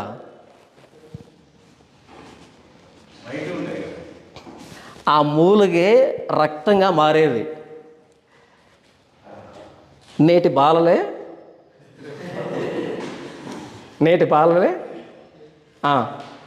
బాలలు కదా, పౌరులు రక్తం అనుకో. ఆ మధ్య, ఎముక మధ్య అంటారు కదా, అదే రక్తంగా తయారయ్యేది. మరి అది తినొచ్చా? ఇలా కొట్టి రాకపోతే పక్క పిన్ని తీసి ఇలా కదా చాలా హంగామా చేస్తారు కదా. అది రాకపోతే మనం పడే ప్రయాసం ఎలాగుంటుంది? ఇలా కొడతాం, అలా కొడతాం, లాగుతాము. ఇక కుదరకపోతే స్పూను పట్టకపోతే పిన్ను తీసి లోడి దాన్ని తింటాం కదా.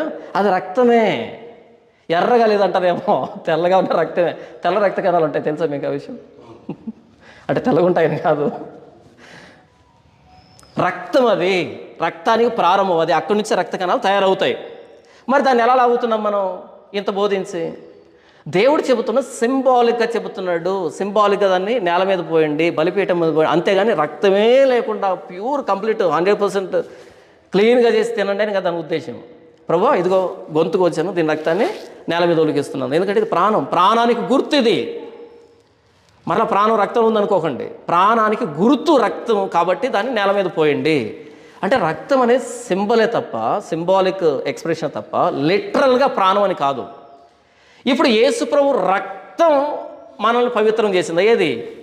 ఆ ఎర్రగా ఉండేటువంటి రక్తం పవిత్రం చేసిందా? లేకపోతే ఆయన ప్రాణం మనకు ప్రాయశ్చిత్తం చేసిందా? ఆయన ప్రాణం మనల్ని ప్రాయశ్చిత్తం చేసింది. ఎర్రగా ఉండే రక్తం కాదా ప్రాయశ్చిత్తం చేసింది? ఒకవేళ అదే కనుక ప్రాయశ్చిత్తం చేసిందంటే అది లేదు, అపోస్తలు కూడా లేదు. వాళ్ళు ఎక్కడ దాక్కో అన్నారు. తర్వాత 3 రోజుల తర్వాత వాళ్ళు పరిగెత్తుకుంటూ వచ్చి అక్కడ లేదు అది. ఆయన కుమారుడైన యేసుక్రీస్తు రక్తం ప్రతి పాపం నుండి మనల్ని కడిగి పవిత్రులుగా చేయను అంటే ఎక్కడుంది ఆయన రక్తం? ఆయన ప్రాణత్యాగం. ఇప్పుడు చెప్పండి, యేసు ప్రభులో మరియం రక్తం ఉంటే మనకు వచ్చిన ఇబ్బంది ఏంటి? యేసు ప్రభులో మరియం రక్తం ఉంటే మనకు వచ్చిన ఇబ్బంది ఏంటి? మీకు మాట చెప్తాను. ఒక గుడ్డి గొర్రె ఉంది, ఒక కుంటి పొట్టేలు ఉంది. ఒక గుడ్డి గొర్రె, ఒక కుంటి పొట్టేలు. గుడ్డి గొర్రె అర్పించబడవచ్చా? కుంటి పొట్టేలు అర్పించబడవచ్చా? ఇవి 2 కలిసాయి. ఒక పొట్టేలు పిల్ల పుట్టింది, దాంట్లో గుడ్డితనం లేదు, కుంటితనం లేదు. దీన్ని అర్పించవచ్చా? అరే అదేలా? తల్లేమో గుడ్డిది, తండ్రేమో కుంటి, పుట్టినటువంటి బిడ్డ ఎలా అంగీకరించబడుతుంది అని ఎవరైనా అడుగుతారా? అడగరు. ఇప్పుడు చెప్పు, మరియమ్మ పాపి అనుకుందాం, యేసు ప్రభు పుట్టాడు, 613 ఆజ్ఞల విషయంలో అవుట్ స్టాండింగ్గా పాస్ అయ్యాడు. ఈయన అంగీకరించబడతాడా? యేసుప్రభువే కాదు, యేసుప్రభు కంటే ముందు కానీ వెనక కానీ యేసుప్రభులాగా 613 ఆజ్ఞల విషయంలో నిర్దోషి, నిష్కలంకుడు, పాపుల్లో చేరక ప్రత్యేకంగా ఉన్నవాడు ఎవడైనా ఉంటే యేసుప్రభు రావాల్సిన అక్కర్లేదు.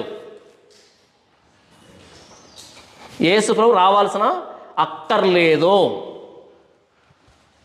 ఎందుకు యేసుప్రభు రావాల్సి వచ్చింది? ఎవడు లేడు కాబట్టి. యేసుప్రభు రక్తం మనల్ని రక్షిస్తుందంటే దాని అర్థం ఎర్రగా ఉండే ద్రవరూపక పదార్థాన్ని గురించి మనం మాట్లాడటం లేదు. గుడ్డి గొర్రెకి కుంటి పొట్టేలు కుట్టినటువంటి అది నిష్కలంకంగా నిర్దోషంగా ఉంటే బలిపీఠం మీద అంగీకరించబడుతుంది అన్నది ఎంత సత్యమో, మరియమ్మలో నుండి వచ్చినటువంటి రక్తం కానీ, మరియమ్మలో నుంచి వచ్చినటువంటి యేసుప్రభు కానీ దేవుని బలిపీఠం మీద, సిలువ మీద వేలాడడానికి అర్హుడు. నాలో పాపం ఉన్నది మీరు ఎవడైనా స్థాపించగలడా? ఎందుకు ఈ మాట అనబడింది? ఆయనలో పాపం లేదు. ఇదిగో లోక పాపములను మోసుకొని పోవు దేవుని గొర్రెపిల్ల. ఇది దేవుని గొర్రెపిల్ల. అదేంటండి మరి మరియమ్మ పాపి అయితే పాపైన మరియమ్మలో నుంచి పరిశుద్ధుడైన యేసుప్రభు ఎలా వస్తాడు అసలు? పెద్ద బేతాల ప్రశ్న. లూకాసు వార్త 1వ అధ్యాయము 35వ వచనం. దూత పరిశుద్ధాత్మ నీ మీదకి వచ్చును, సర్వోన్నతుని శక్తి నిన్ను కమ్ముకొనును, కనుక పుట్టబో బిడ్డ పరిశుద్ధుడై దేవుని కుమారుడు అనబడును. ఈ మాట ఇంకెవరికి ప్రయోగం జరగలేదు. చివరికి బాప్తిస్మ ఇచ్చే యోహాను గర్భంలో నుంచి పరిశుద్ధాత్మ దేవునితో పుట్టాడని రాయబడింది, కానీ పరిశుద్ధుడని రాయబడలే. యేసుప్రభు విషయంలో పుట్టబో బిడ్డ పరిశుద్ధుడై దేవుని కుమారుడు. ఎలా పరిశుద్ధుడవుతాడు? నాకు తెలియదు, మీకు తెలిస్తే చెప్పండి. నేను ప్రశ్న అడుగుతాను. రిబ్ కేజ్లో నుంచి ఈ ప్రక్కటెముక నుండి, ఒక ప్రక్కటెముక నుండి కళ్ళు ఎలా వస్తాయి? మీరు సమాధానం చెప్పండి. ఈ ప్రక్కటెముక నుండి మెదడు ఎలా వస్తుంది? ఈ ప్రక్కటెముక నుండి వెంట్రుకలు ఎలా వస్తాయి? ఈ ప్రక్కటెముక నుండి చర్మం ఎలా వస్తుంది? గుండె ఎలా వస్తుంది? లివర్ ఎలా వస్తాయి? కిడ్నీలు ఎలా వస్తాయి? ప్రక్కటెముకలో ఉండేది బోన్ సెల్ ఉంటుంది, మజిల్ సెల్ ఉంటుంది. అంతమించి ఇంకేముండవు, 2 సెల్స్ ఉంటాయి అక్కడ. ఆ మజిల్ సెల్స్ కూడా చాలా రకాలు ఉన్నాయి. మరలా అది స్కెలిటల్ మజిల్ మాత్రమే. ఇప్పుడు చెప్పండి, ఆ 2 సెల్స్లో నుంచి ఈ మొత్తం శరీరం హవ్వ ఎలా వచ్చింది? నాకు తెలియదు. వచ్చిందని మాత్రం తెలుసు. దేవుడు చేశాడని మాత్రం తెలుసు. దేవుడు ఏదైనా చేయగలడని మాత్రం తెలుసు. ఓకే, మరియమ్మలో నుండి యేసు ప్రభువును కూడా అలాగే తీశాడు, అది మాత్రమే తెలుసు. మరి ఎలా పరిశుద్ధుడు నాకు తెలియదు నిజంగానే. మీకేమైనా తెలిస్తే చెప్పండి. 5 రొట్టెలు 2 చేపల నుండి 12 గంపలు ఎత్తేంత సరుకు ఎలా తీసుకొని రాగలడు క్షణాల వ్యవధిలో? నాకు తెలియదు, అది జరిగిందని మాత్రం తెలుసు. మిరాకిల్లో న్యాచురల్ రీజన్ని, న్యాచురల్ ఎక్స్ప్రెషన్ని వెతికాము అంటే మనం బైబిల్ వదిలిపెట్టేసి ఇంకేదైనా పని చేసుకుంటే మంచిది. మిరాకిల్ అంటే అది మనకు అందదని, దేవుడు జోక్యమని, నీళ్ళని ద్రాక్షారసంగా ఎలా మార్చాడు క్షణాల వ్యవధిలో. మొత్తం ద్రాక్షారసమైంది. అదే కదా ఇది కూడా. మరియమ్మలో నుండి యేసు ప్రభువును తీసాడు దేవుడు. ఆయన పరిశుద్ధుడై దేవుని కుమారుడు అనబడును. ఇందులో ఏమంత పెద్ద సమస్య ఉంది అంటే ఆయన పరిశుద్ధుడై పుట్టాడు. ఇప్పుడు చెప్పండి, మరియమ్మ గర్భంలో యేసు ప్రభు ఉన్నాడు. 9 నెలలు యేసు ప్రభుకి పోషకాలు ఎక్కడి నుంచి పోయి ఉంటాయి? ఏంటి, పాపైన మరియమ్మ నుంచి పోషకాలు తీసుకుంటాడా పరిశుద్ధుడు? చెప్పండి, ఎక్కడి నుంచి రావాలి ఆయన సప్లై? మన్నాను కురిపించిన దేవుని దగ్గర నుంచి ప్రతిరోజు సప్లై రావాలి కదా. మన్నాను కురిపించిన పరలోకం నుండి ఆ దేవుని దగ్గర నుంచి ప్రతిరోజు సప్లై రావాలి ఆయనకి. అలాగే అనుకుందామా? మరి 9 నెలలు మరియమ్మ నుండి పోషకాలు వెళ్ళగాలి అని బాధ, మరియమ్మ రక్తం యేసుప్రభులోకి వస్తే ఏంటి, ఎక్కడి నుంచి మీకు అంత బాధ ఎందుకు? మరియమ్మ నుండి రక్తం ఆ ప్లసెంటా ద్వారా అది ఉంటుంది చూసారా, ఏమంటారు దాన్ని, అంబిలికల్ కార్డు ఉంటుంది. అంబిలికల్ కార్డేనా? అదే కదా. దాని ద్వారా వెళ్ళినప్పుడు ఆ బొడ్డు ద్వారా వెళ్తుంది చూసావా, మరియమ్మ రక్తం ద్వారానే కదా. మరియమ్మ తిన్నటువంటి అది ఆ ఆహారం ఆవిడ రక్తంలో కలిసి అందులో నుంచి ప్రయాణం చేసి యేసు ప్రభుకి చేరతాయి కదా. 9 నెలలు అలాగే కదా ఆయన పోషకాలు తీసుకున్నాడు. సరే, 9 నెలల తర్వాత బయటకు వచ్చిన తర్వాత ఎవరి పాలు తాగుంటాడు ఆయన? పాపాత్మురాలైన మరియమ్మ పాలు తాగుతాడా పరిశుద్ధుడు? ఆయన పాలు తాగాలేని సమస్య, పోషకాలు మరియమ్మ రక్తం ద్వారా రాగా లేని సమస్య, మరియమ్మ రక్తం ఆయనలోకి వస్తే తప్పేంటి, ఇబ్బంది ఏంటి? ఇక్కడ సమస్య ఎర్రగా ఉండే రక్తాన్ని గురించి కాదు, యేసు ప్రభు ప్రాణాన్ని గూర్చి. దేవుడు నరావతారిగా వచ్చాడు మన పాప క్షమాపణ కోసం, అది ఇక్కడ విషయం. అంతేగాని లేదంటే యేసు ప్రభు రక్తం ప్రత్యేకంగా చేయబడింది అని చెప్పడం ద్వారా ఏం చెప్తున్నారు? ఇంతకీ ఏం చెప్పాలనుకుంటున్నారు? నాకు వింతగా అనిపించేది, ఇదేం వాదన ఇది? పోషకాలన్నీ ఆవిడ ద్వారా వచ్చినప్పుడు, ఇప్పుడు యేసు ప్రభు శరీరం ఎక్కడి నుంచి తయారై ఉంటుంది? ఆ ఎగ్గు నుంచే కదా, ఆ అండం నుంచే కదా. అది ఎక్కడుంది? ఆవిడ గర్భంలోనే కదా ఉండేది. 9 నెలలు ఆ అండంలో నుంచి ప్రతి అవయవం వచ్చి ఉండాలి. కానీ రక్తం మాత్రం ప్రత్యేకం అంటే ఇంతకేం చెప్తున్నావు? మరి అంత ప్రత్యేకమైన రక్తం నేలపాలు ఎందుకైంది? ఎందుకు పట్టి ఉంచలేదు? అంత ప్రత్యేకమైన రక్తాన్ని పట్టి ఉంచి జనరేషన్గా సప్లై కావాలి. 5 రొట్టెలు 2 చేపలుగా సప్లై అవుతుండాలి. అలా మాట్లాడుతున్నది భౌతికమైన రక్తాన్ని గురించి కాదు. మనిషి కుమారుడు పరిచారం చేయించుకొనుటకు రాలేదు కానీ పరిచారం చేయుటకును అనేకులకు ప్రతిగా విమోచన క్రయధనముగా తన ప్రాణాన్ని ఇవ్వడానికి వచ్చాడు. ప్రాణం అంటే రక్తం చిందించబడినప్పుడే ప్రాణం ఇచ్చినట్టు. అది మనం పాత నిబంధనలో చూసేది. 9వ అధ్యాయం 22వ వచనం హెబ్రీయులకు రాసిన పత్రికలో ఒక మాట రాయబడుతుంది. 9వ అధ్యాయం హెబ్రీయులకు రాసిన పత్రిక 22లో నేను చదివినిపిస్తాను చూడండి. మరియు ధర్మశాస్త్ర ప్రకారము సమస్త వస్తువులను రక్తము చేత శుద్ధి చేయబడిననియు రక్తము చిందింపకుండా పాపక్షమాపణ కలగదనియు సామాన్యంగా చెప్పవచ్చు. మొత్తం పాతేమని తిరిగేస్తే మనకు తెలిసేది ఏంటంటే రక్తం చిందించినప్పుడే పాపక్షమాపణ. ఎందుకని? రక్తాన్ని ప్రాణంతో పోల్చాడు దేవుడు. కాబట్టి ప్రాణం పోయినప్పుడే ఇంకో ప్రాణానికి ప్రాయచిత్తం, ప్రాణం పోయినప్పుడే ఇంకో ప్రాణానికి ప్రాయచిత్తం అని సామాన్యంగా పెద్దగా ఆలోచించుకొని చెప్పొచ్చు అన్నాడు. యేసుప్రభు అన్నాడు, అనేకులకు ప్రతిగా విమోచన క్రయధనముగా నా ప్రాణాన్ని ఇవ్వడానికి వచ్చాను అన్నాడు.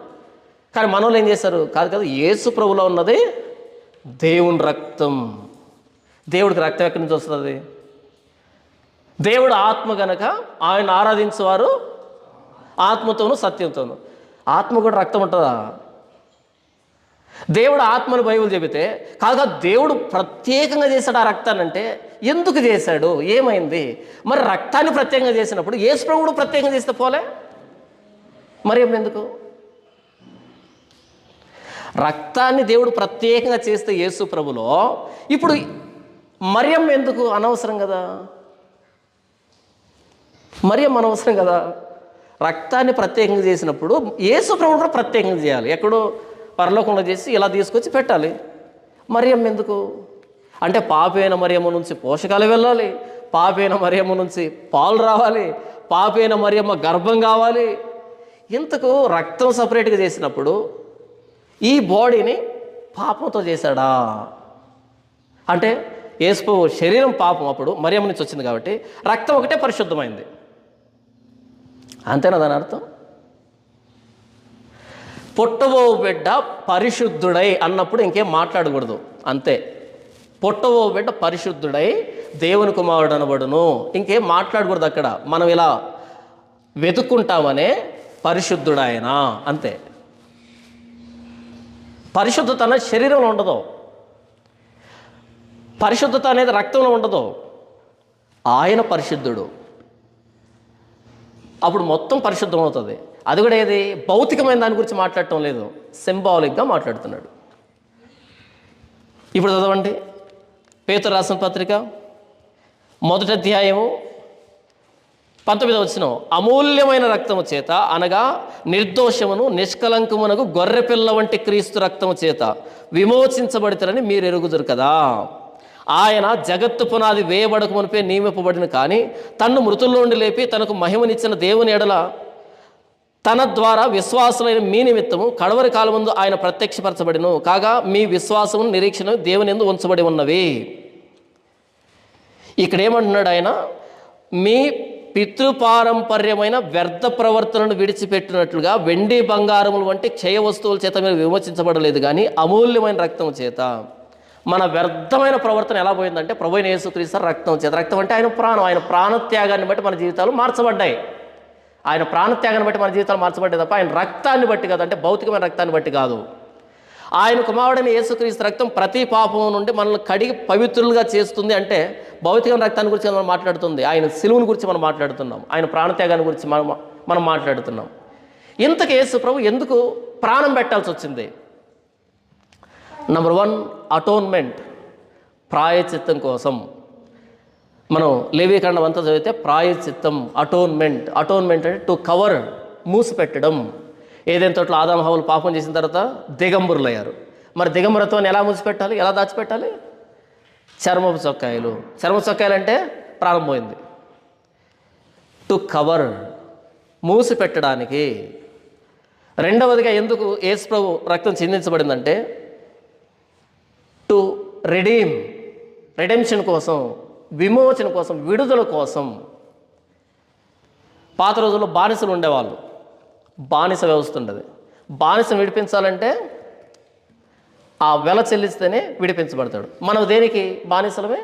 పాపం చే ప్రతివాడు పాపానికి దాసుడు. ఇప్పుడు పాపం ఎలా వచ్చింది?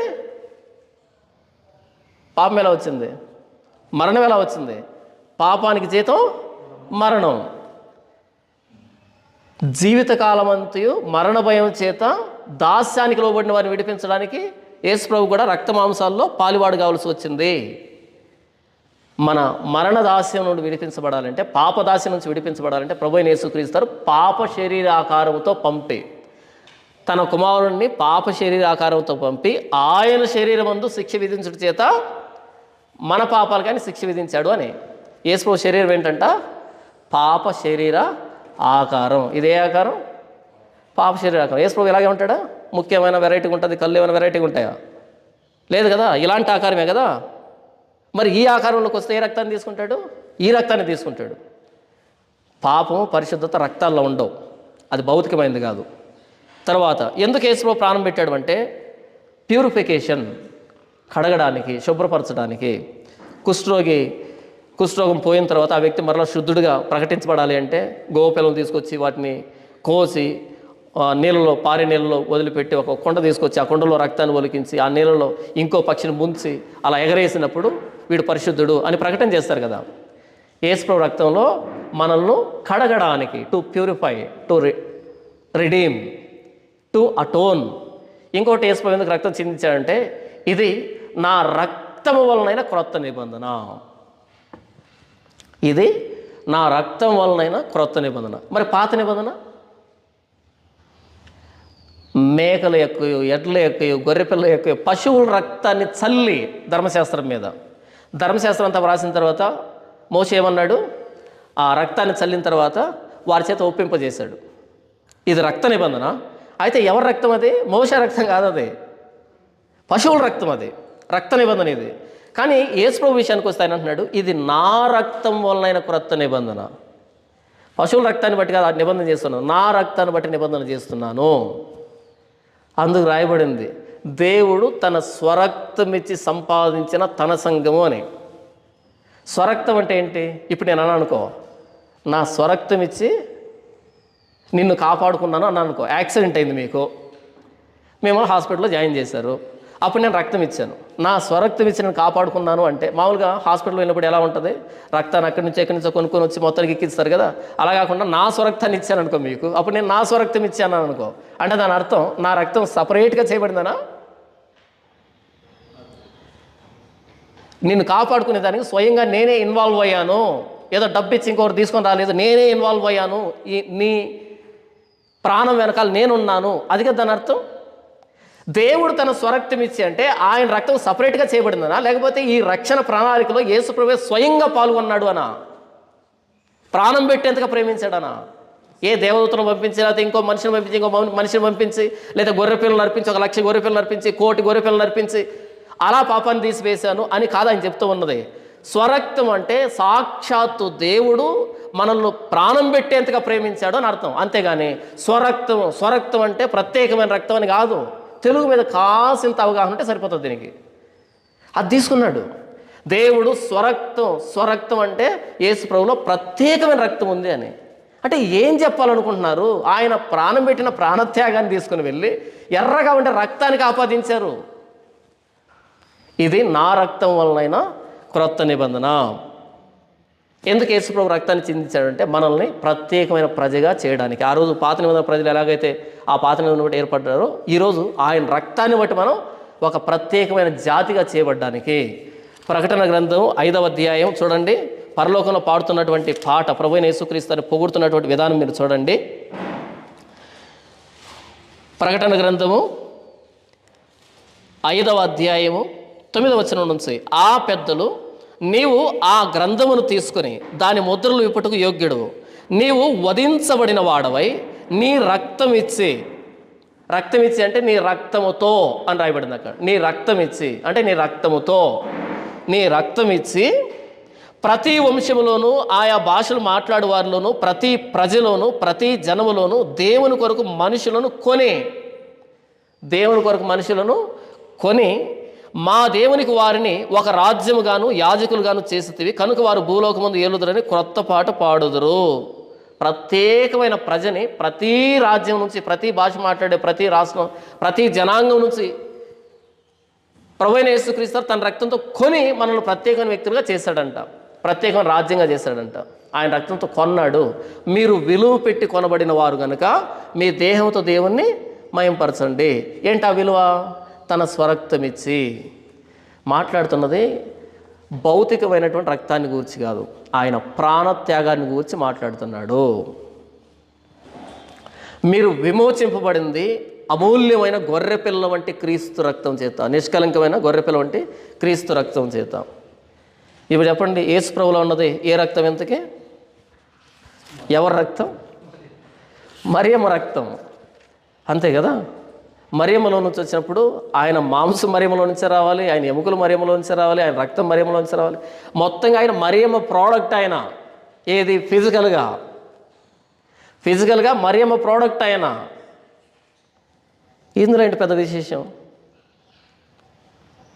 యేసుప్రభు రక్తం ప్రత్యేకమైందని మనం వాదిస్తున్నామంటే బైబిల్లో వాడబడినటువంటి ఈ చిన్న చిన్న పదాలకు కనీసం అర్థం తెలియలేదని అర్థం. మనకి ఏం తెలియలేదని ఇంత రక్షణ ప్రణాళికను అంతటిని వదిలిపెట్టేసి రక్తం దగ్గరకు నిలబడ్డారు. ఆయన రక్తం ప్రత్యేకమైంది. మరి అంత ప్రత్యేకమైన రక్తం ఎందుకు వృధా అవుతుంది? నేలలో పడి అది ఉండాలి కదా. మరలా ఆ రక్తానికి బ్లడ్ గ్రూపులు చెప్పేవాళ్ళు, XY క్రోమోజోములు అంట, ఏంటేంటో ఆపాదిస్తున్నారు. యేసు ప్రభు కన్యకకు ఎందుకు పుట్టాడు అంటే ప్రవచన నెరవేర్పు. ఆదాం హవ్వలతో చేయబడినటువంటి ఆ ప్రవచనం, ఆ వాగ్దాన నెరవేర్పు ప్రభువైన యేసుక్రీస్తు స్త్రీ సంతానంగా ఆయన రావాలి, అంతే.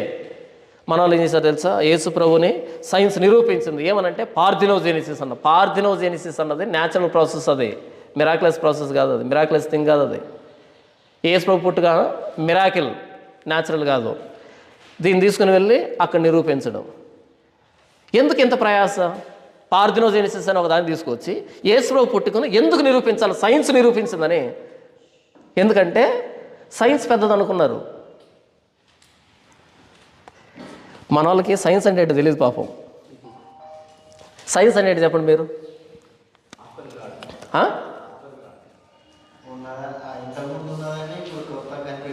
సైన్స్ అంటే ఏంటి? నేను అదే అంటున్నా.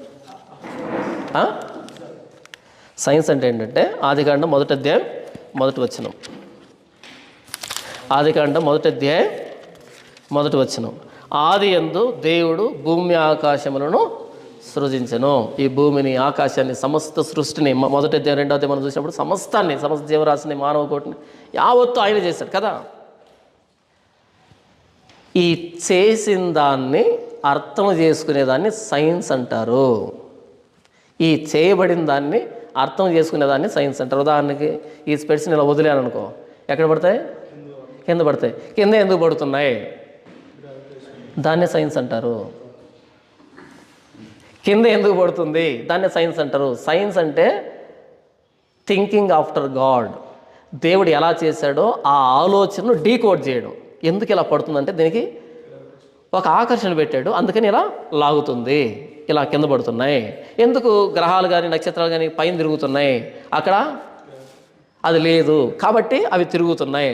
మరలా వాటికి ఆకర్షణ ఉంది, అందుకని ఒకే నిర్ణీత కక్షలో ఉన్నాయి అవి. ఇలా దాన్ని డీకోడ్ చేయడమే సైన్స్. అంటే దేవుడు ఎలా చేశాడని దాన్ని ఆలోచించి దాన్ని బయటికి తీసుకొని రావడం సైన్స్. ఆయన చేయకపోయి ఉంటే సైన్స్ ఎక్కడిది? అర్థమవుతుందా మీకు?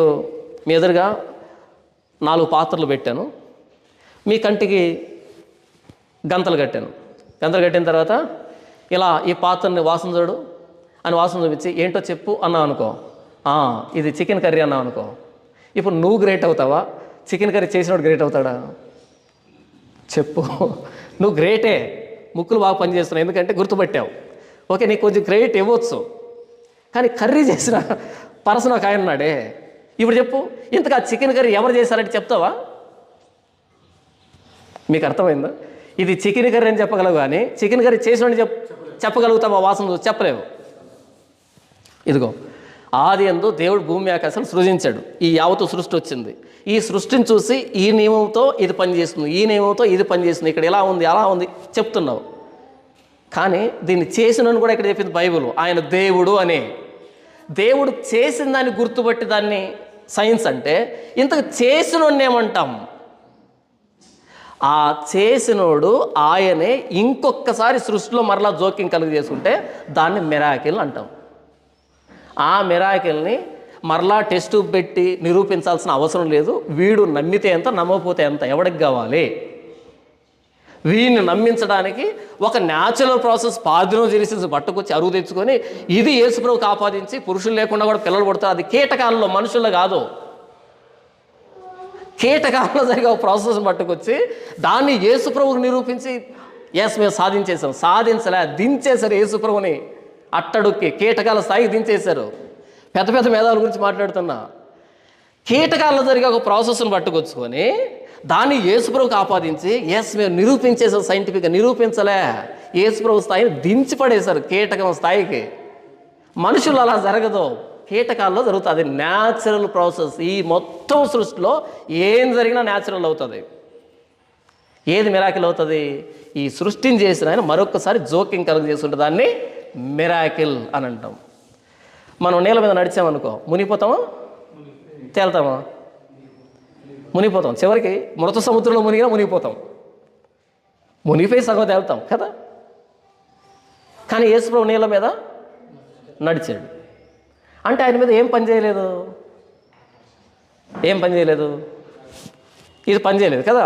పేతురు మునిగిపోయాడు, ఏం పని చేయలేదు, ఏం పని చేసింది? ఆకర్షణ పని చేసింది. మరి యేసుప్రభు మీద ఎందుకు పని చేయలేదు? పెట్టింది ఆయన కాబట్టి. ఆయన పెట్టిన నియమంలోనికి ఆయన మరలా రాగలడు, దాన్ని మిరాకిల్ అంటాం. ఈ సృష్టిలో ఆహారాన్ని పెట్టింది ఎవరు? దేవుడు. ఆయనే 5 రొట్టెలు 2 చేపలు తీసుకున్నాడు, పంచిపెట్టాడు. ఆయన భోజనం పెట్టగలడు. 6 సంవత్సరాలు పంట వేసి ఎదురు చూడాల్సిన అవసరం ఆయన అక్కర్లేదు, అలా తీయగలడు ఆయన. దేవుడు తన సృష్టిలోనికి జోక్యం కలుగు చేసుకుంటే దాన్ని మిరాకిల్ అంటాం. అది మరియమ్మ విషయంలో జరిగింది. యేసు ప్రభుది మిరాకిలస్ బర్త్. ఎందుకంటే పరిశుద్ధుడు కావాలి పాపుల కోసం ప్రాణం పెట్టడానికి. శరీరం ఎక్కడి నుంచి వచ్చింది? మరియమ్మలో నుండి వచ్చింది.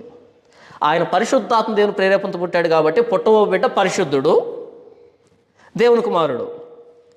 ఆయన మరియమ్మలో నుండి వచ్చాడు కాబట్టి శరీరాన్ని ధరించి ఆయన మరియమ్మ రక్తం, మరియమ్మ మాంసం, మరియమ్మ ఎముక మొత్తం మరియమ్మే కదా. ఆది యందు వాక్యం ఉండెను, వాక్యం దేవుని యొద్ద ఉండెను, వాక్యం దేవుడై ఉండెను. కలిగి ఉన్నది ఏది ఆయన లేకుండా కలగలేదు దేవుడు. 14వ వచనంలో ఆ వాక్యము శరీరధారి అయి శరీరాన్ని ధరించింది. మానవుడు దేవుడు రెండు ఆయన, డ్యూయల్ నేచర్. ఇప్పుడు మరలా మన వాళ్ళు ఏం చేశారు? కాదు రక్తం ఒకటే సపరేటు. నేను చెప్పాను కదా, అది మరియమ్మ రక్తం మరియమ్మలో నుండి వచ్చిందంటే ఇమ్మీడియట్గా ఫోన్ తీసుకొని, బ్రదర్ మీకు సైన్స్ సరిగ్గా తెలిసినట్లేదు, తల్లిలో నుండి రక్తం బిడ్డలోకి రాదు. నేను చెప్పానా ట్యూబులు ఉంటాయి వాటి ద్వారా రక్తం వచ్చేసి అలా సెటిల్ అయిపోతుంది అంతా అని చెప్పాను. అలా కాదు బ్రదర్, ఆ బిడ్డలోనే పిండంలోనే రక్తం ప్రొడ్యూస్ అవుతుంది. సరే, బిడ్డలో రక్తం ప్రొడ్యూస్ కావాలనే ఆ కోడ్ ఎవరిచ్చారు? అంతే కదా. ఇప్పుడు మరియమ్మ కళ్ళలోంచి 2 చిన్న వెళ్ళి బిడ్డలోకి అలా వెళ్ళిపోతాయి. మరియమ్మ గుండెలోంచి ఆ చిన్న భాగం అలా వెళ్ళి ఆ గుండెగా తయారవుతుంది. మరియమ్మ కిడ్నీలోంచి 2 కిడ్నీలు అలా వెళ్ళి తయారవుతాయి, చిన్న మైక్రో జిరాక్స్ లాగా అని చెప్పాను నేనేమైనా? కాదు. ఆ డిఎన్ఏలో ఏం తయారు కావాలనే ఆ జీన్ ఉంటుంది, ఆ కోడ్ ఉంటుంది. ఆ కోడ్ను బట్టి తయారవుతుంది. ఇప్పుడు చెప్పు, ఆ వచ్చిన ముక్కు కానీ కళ్ళు కానీ ఎవరు ఉన్నట్టు ఉంటాయి? మరేం ఉన్నట్టే ఉంటాయి. ఇప్పుడు నా కళ్ళు వచ్చాయి నీకంటే, అప్పుడు ఉదాహరణ నేనే అనుకోండి, మా అమ్మ నా దగ్గరకు వచ్చారే నీ ముక్కు నాదేరా అందనుకో, ఓరుగా అమ్మ నీకు సైన్స్ తెలియదు పాడు తెలియదు, నీ ముక్కు నాకెలా వస్తుంది, నా ముక్కు నాకే తయారైంది పిండంగా ఉన్నప్పుడు అన్నాను అనుకో, మా నాయన ఏం చదివినావరా స్వామి అంటదా? అనదు. నా రక్తం పంచుకొని పుట్టేవరా అంటది. అంటే దాని అర్థం ఏంటి? ఆవిడ రక్తం రాలేదనా, వచ్చిందనా? ఆవిడ ఆ డిఎన్ఏలో నుండే అక్కడ కోడింగ్ ఉంటుంది. ముక్కు తయారయ్యేది, కళ్ళు తయారయ్యేది, చివరికి దొరద పెడితే గోక్కుండే విధానం కూడా అక్కడ ఉంటుంది. తెలుసా మీకు ఆ విషయం? అందరూ ఒకలా గోక్కోరు. నేను చెప్తున్నా, ప్రతిదీ మనం చేసే ప్రతిదీ, మనం నవ్వేది కానీ, మనం చూసేది కానీ, మనం ఆలోచించేది కానీ, ప్రతిదీ మన శరీరంలో ఆ కోడింగ్ మీద డిపెండ్ అయి ఉంటుంది. అది ఎక్కడి నుంచి వచ్చింది? ఆ ఎగ్గులో మధ్యలో న్యూక్లియస్ ఉంటుందా, అందులో ఉండేది ఏంటి? జెనెటిక్ మెటీరియల్ ఉంటుంది కదా. అందులో నుంచే ప్రతి కోడింగ్ అన్నది బిడ్డకు రావాలి. అందులో రక్తం తయారయ్యే కోడింగ్ కూడా ఉంటుంది. మరియమ్మది ఏ రక్తం అయితే యేసు కూడా అదే రక్తం. ఎందుకంటే కోడింగ్ అన్నది క్రాస్ కాలేదు కాబట్టి, డామినెంట్ రెసిసివ్ లేదు కాబట్టి ఒక్కటే. నేనేం చెప్తాను, ఇంతకీ మరియమ్మ నుంచి రక్తం వెళ్ళలేదు, పిండంలోనే తయారైందంటే ఆ పిండంలో తయారయ్యే ప్రాసెస్ కూడా మరియమ్మ నుంచి వచ్చింది, ఆ జీన్లో నుంచి వచ్చింది. అప్పుడు అది మరియమ్మ రక్తమే అవుతుంది. మరియమ్మలోంచి రక్తం వచ్చిందంటే దాని అర్థం ట్యూబ్ ద్వారా అలా ఎక్కేసిందని కాదు నేను చెప్తూ ఉన్నది. అంటే ఏదో ఒక విషయం తప్పు పట్టుకోవాలి, ఏదో ఒక విషయం తప్పు పట్టాలి. అది సైన్స్ వాడతారో, సోషల్ వాడతారో, ఇంగ్లీష్ వాడతారో, ఏదో ఒకటి వాడతారో, మొత్తాన్ని తీసుకొచ్చేసి ప్రత్యేకమైన రక్తం అది అంతే. అంత ప్రత్యేకమైన రక్తం అయితే దాంతో నేను కడగబడలేదు, నువ్వు కడగబడలేదు, అది అలా రక్తం నేలలో కలిసిపోయింది. అపోస్తులు కూడా కడగబడలేదు ఆ ప్రత్యేకమైన రక్తంతో. మనం మాట్లాడుతున్నది ఆయన ప్రాణత్యాగాన్ని గురించి, బలిని గురించి. అది సింబాలిక్గా చెప్పనటువంటి స్టేట్మెంట్ తప్ప లిటరల్గా తీసుకోవడానికి కాదు. అది లిటరల్గా కానప్పుడు అది ఏ రక్తం అయితే మనకెందుకు? కుంటి గొర్రె నుంచి, గుడ్డి గొర్రె నుంచి వచ్చినటువంటి నిర్దోషమైన గొర్రె పిల్ల బలిపీఠ మీద అర్పించబడడానికి యోగ్యమైతే, మరి మరియమ్మలో నుంచి వచ్చినటువంటి ఆ శరీరం, ఆ రక్తం శిలువ మీద వేలాడడానికి ఎందుకు యోగ్యత సంపాదించలేదు? నాలో పాపం ఉన్నది మీరు ఎవడైనా స్థాపించగలడా? ఇదిగో లోక పాపములు మోసుకొని పోవు దేవుని గొర్రె పిల్ల. యేసు ప్రభు దైవ మానవుడు. దైవ అంటే ఆయన దేవుడు, మానవుడు అంటే మానవుడు. మానవుడు అంటే ఎగ్జాక్ట్గా యాజ్ ఇట్ ఈజ్గా ఇదే శరీరం రావాలా. దైవ మానవుడు అంటే యాజ్ ఇట్ ఈజ్గా ఆయన శరీరం రావాలా. కాబట్టి ఇంతవరకు నేనేం చెప్పాను అంటే, యేసు ప్రభు రక్తాన్ని చిందించడానికి కారణాలు ఏంటంటే ప్రాయశ్చిత్తం కోసం, మనల్ని విమోచించడం కోసం, మనల్ని పరిశుద్ధపరచడం కోసం, మనతో కొత్త నిబంధనలు చేయడం కోసం, మనల్ని ప్రత్యేకమైన ప్రజగా చేయడం కోసం, దేవుని ఉగ్రత నుంచి తప్పించబడడం కోసం. ఆ రోజు పస్కా పశువు ఎలాగైతే వధించబడిందో, ఆ పస్కా పశువు రక్తాన్ని చూసి సంహారదూత ఎలాగైతే దాటిపోయాడో, ప్రభువైన యేసుక్రీస్తు రక్తంలో కడగబడిన మన ఆ రక్షణ కార్యక్రమాన్ని చూసి దేవుడు తన ఉగ్రతను మల్లుకుంటాడు. రేపు నరక శిక్ష మన నుంచి తప్పిపోతుంది. ఉగ్రత నుంచి తప్పించబడ్డానికి ఆయన ప్రాణత్యాగాన్ని గురించి చెప్పడం మానేసి ఆయన భౌతికమైన రక్తాన్ని గురించి మనం ఇంతవరకు మాట్లాడుకున్నామంటే ఏమర్థమైంది ఆయన రక్షణ ప్రణాళిక? ఇంత అజ్ఞానంలో క్రైస్తవం కొట్టుమిట్టాడుతూ ఉంది. అర్థమైందా? ప్రభువైన యేసుక్రీస్తు శరీరంలో ఉన్నది ఎవరి రక్తం? మరియమ్మ రక్తమా, దేవుని రక్తమా? మరియమ్మ రక్తం. మరియమ్మ రక్తం. కానీ ప్రభువైన యేసుక్రీస్తు నిర్దోషి, నిష్కలంకుడు. ఆయన ప్రాణత్యాగాన్ని గురించి మనం పట్టించుకున్నామే తప్ప భౌతికమైనటువంటి లిక్విడ్ ఫామ్లో ఉన్నటువంటి రక్తాన్ని గురించి కాదు. మనం రక్తం అంటూ ఉన్నది ఆయన ప్రాణాన్ని గురించి. దేవుడి వాక్యం దీవించును గాక. ఆమె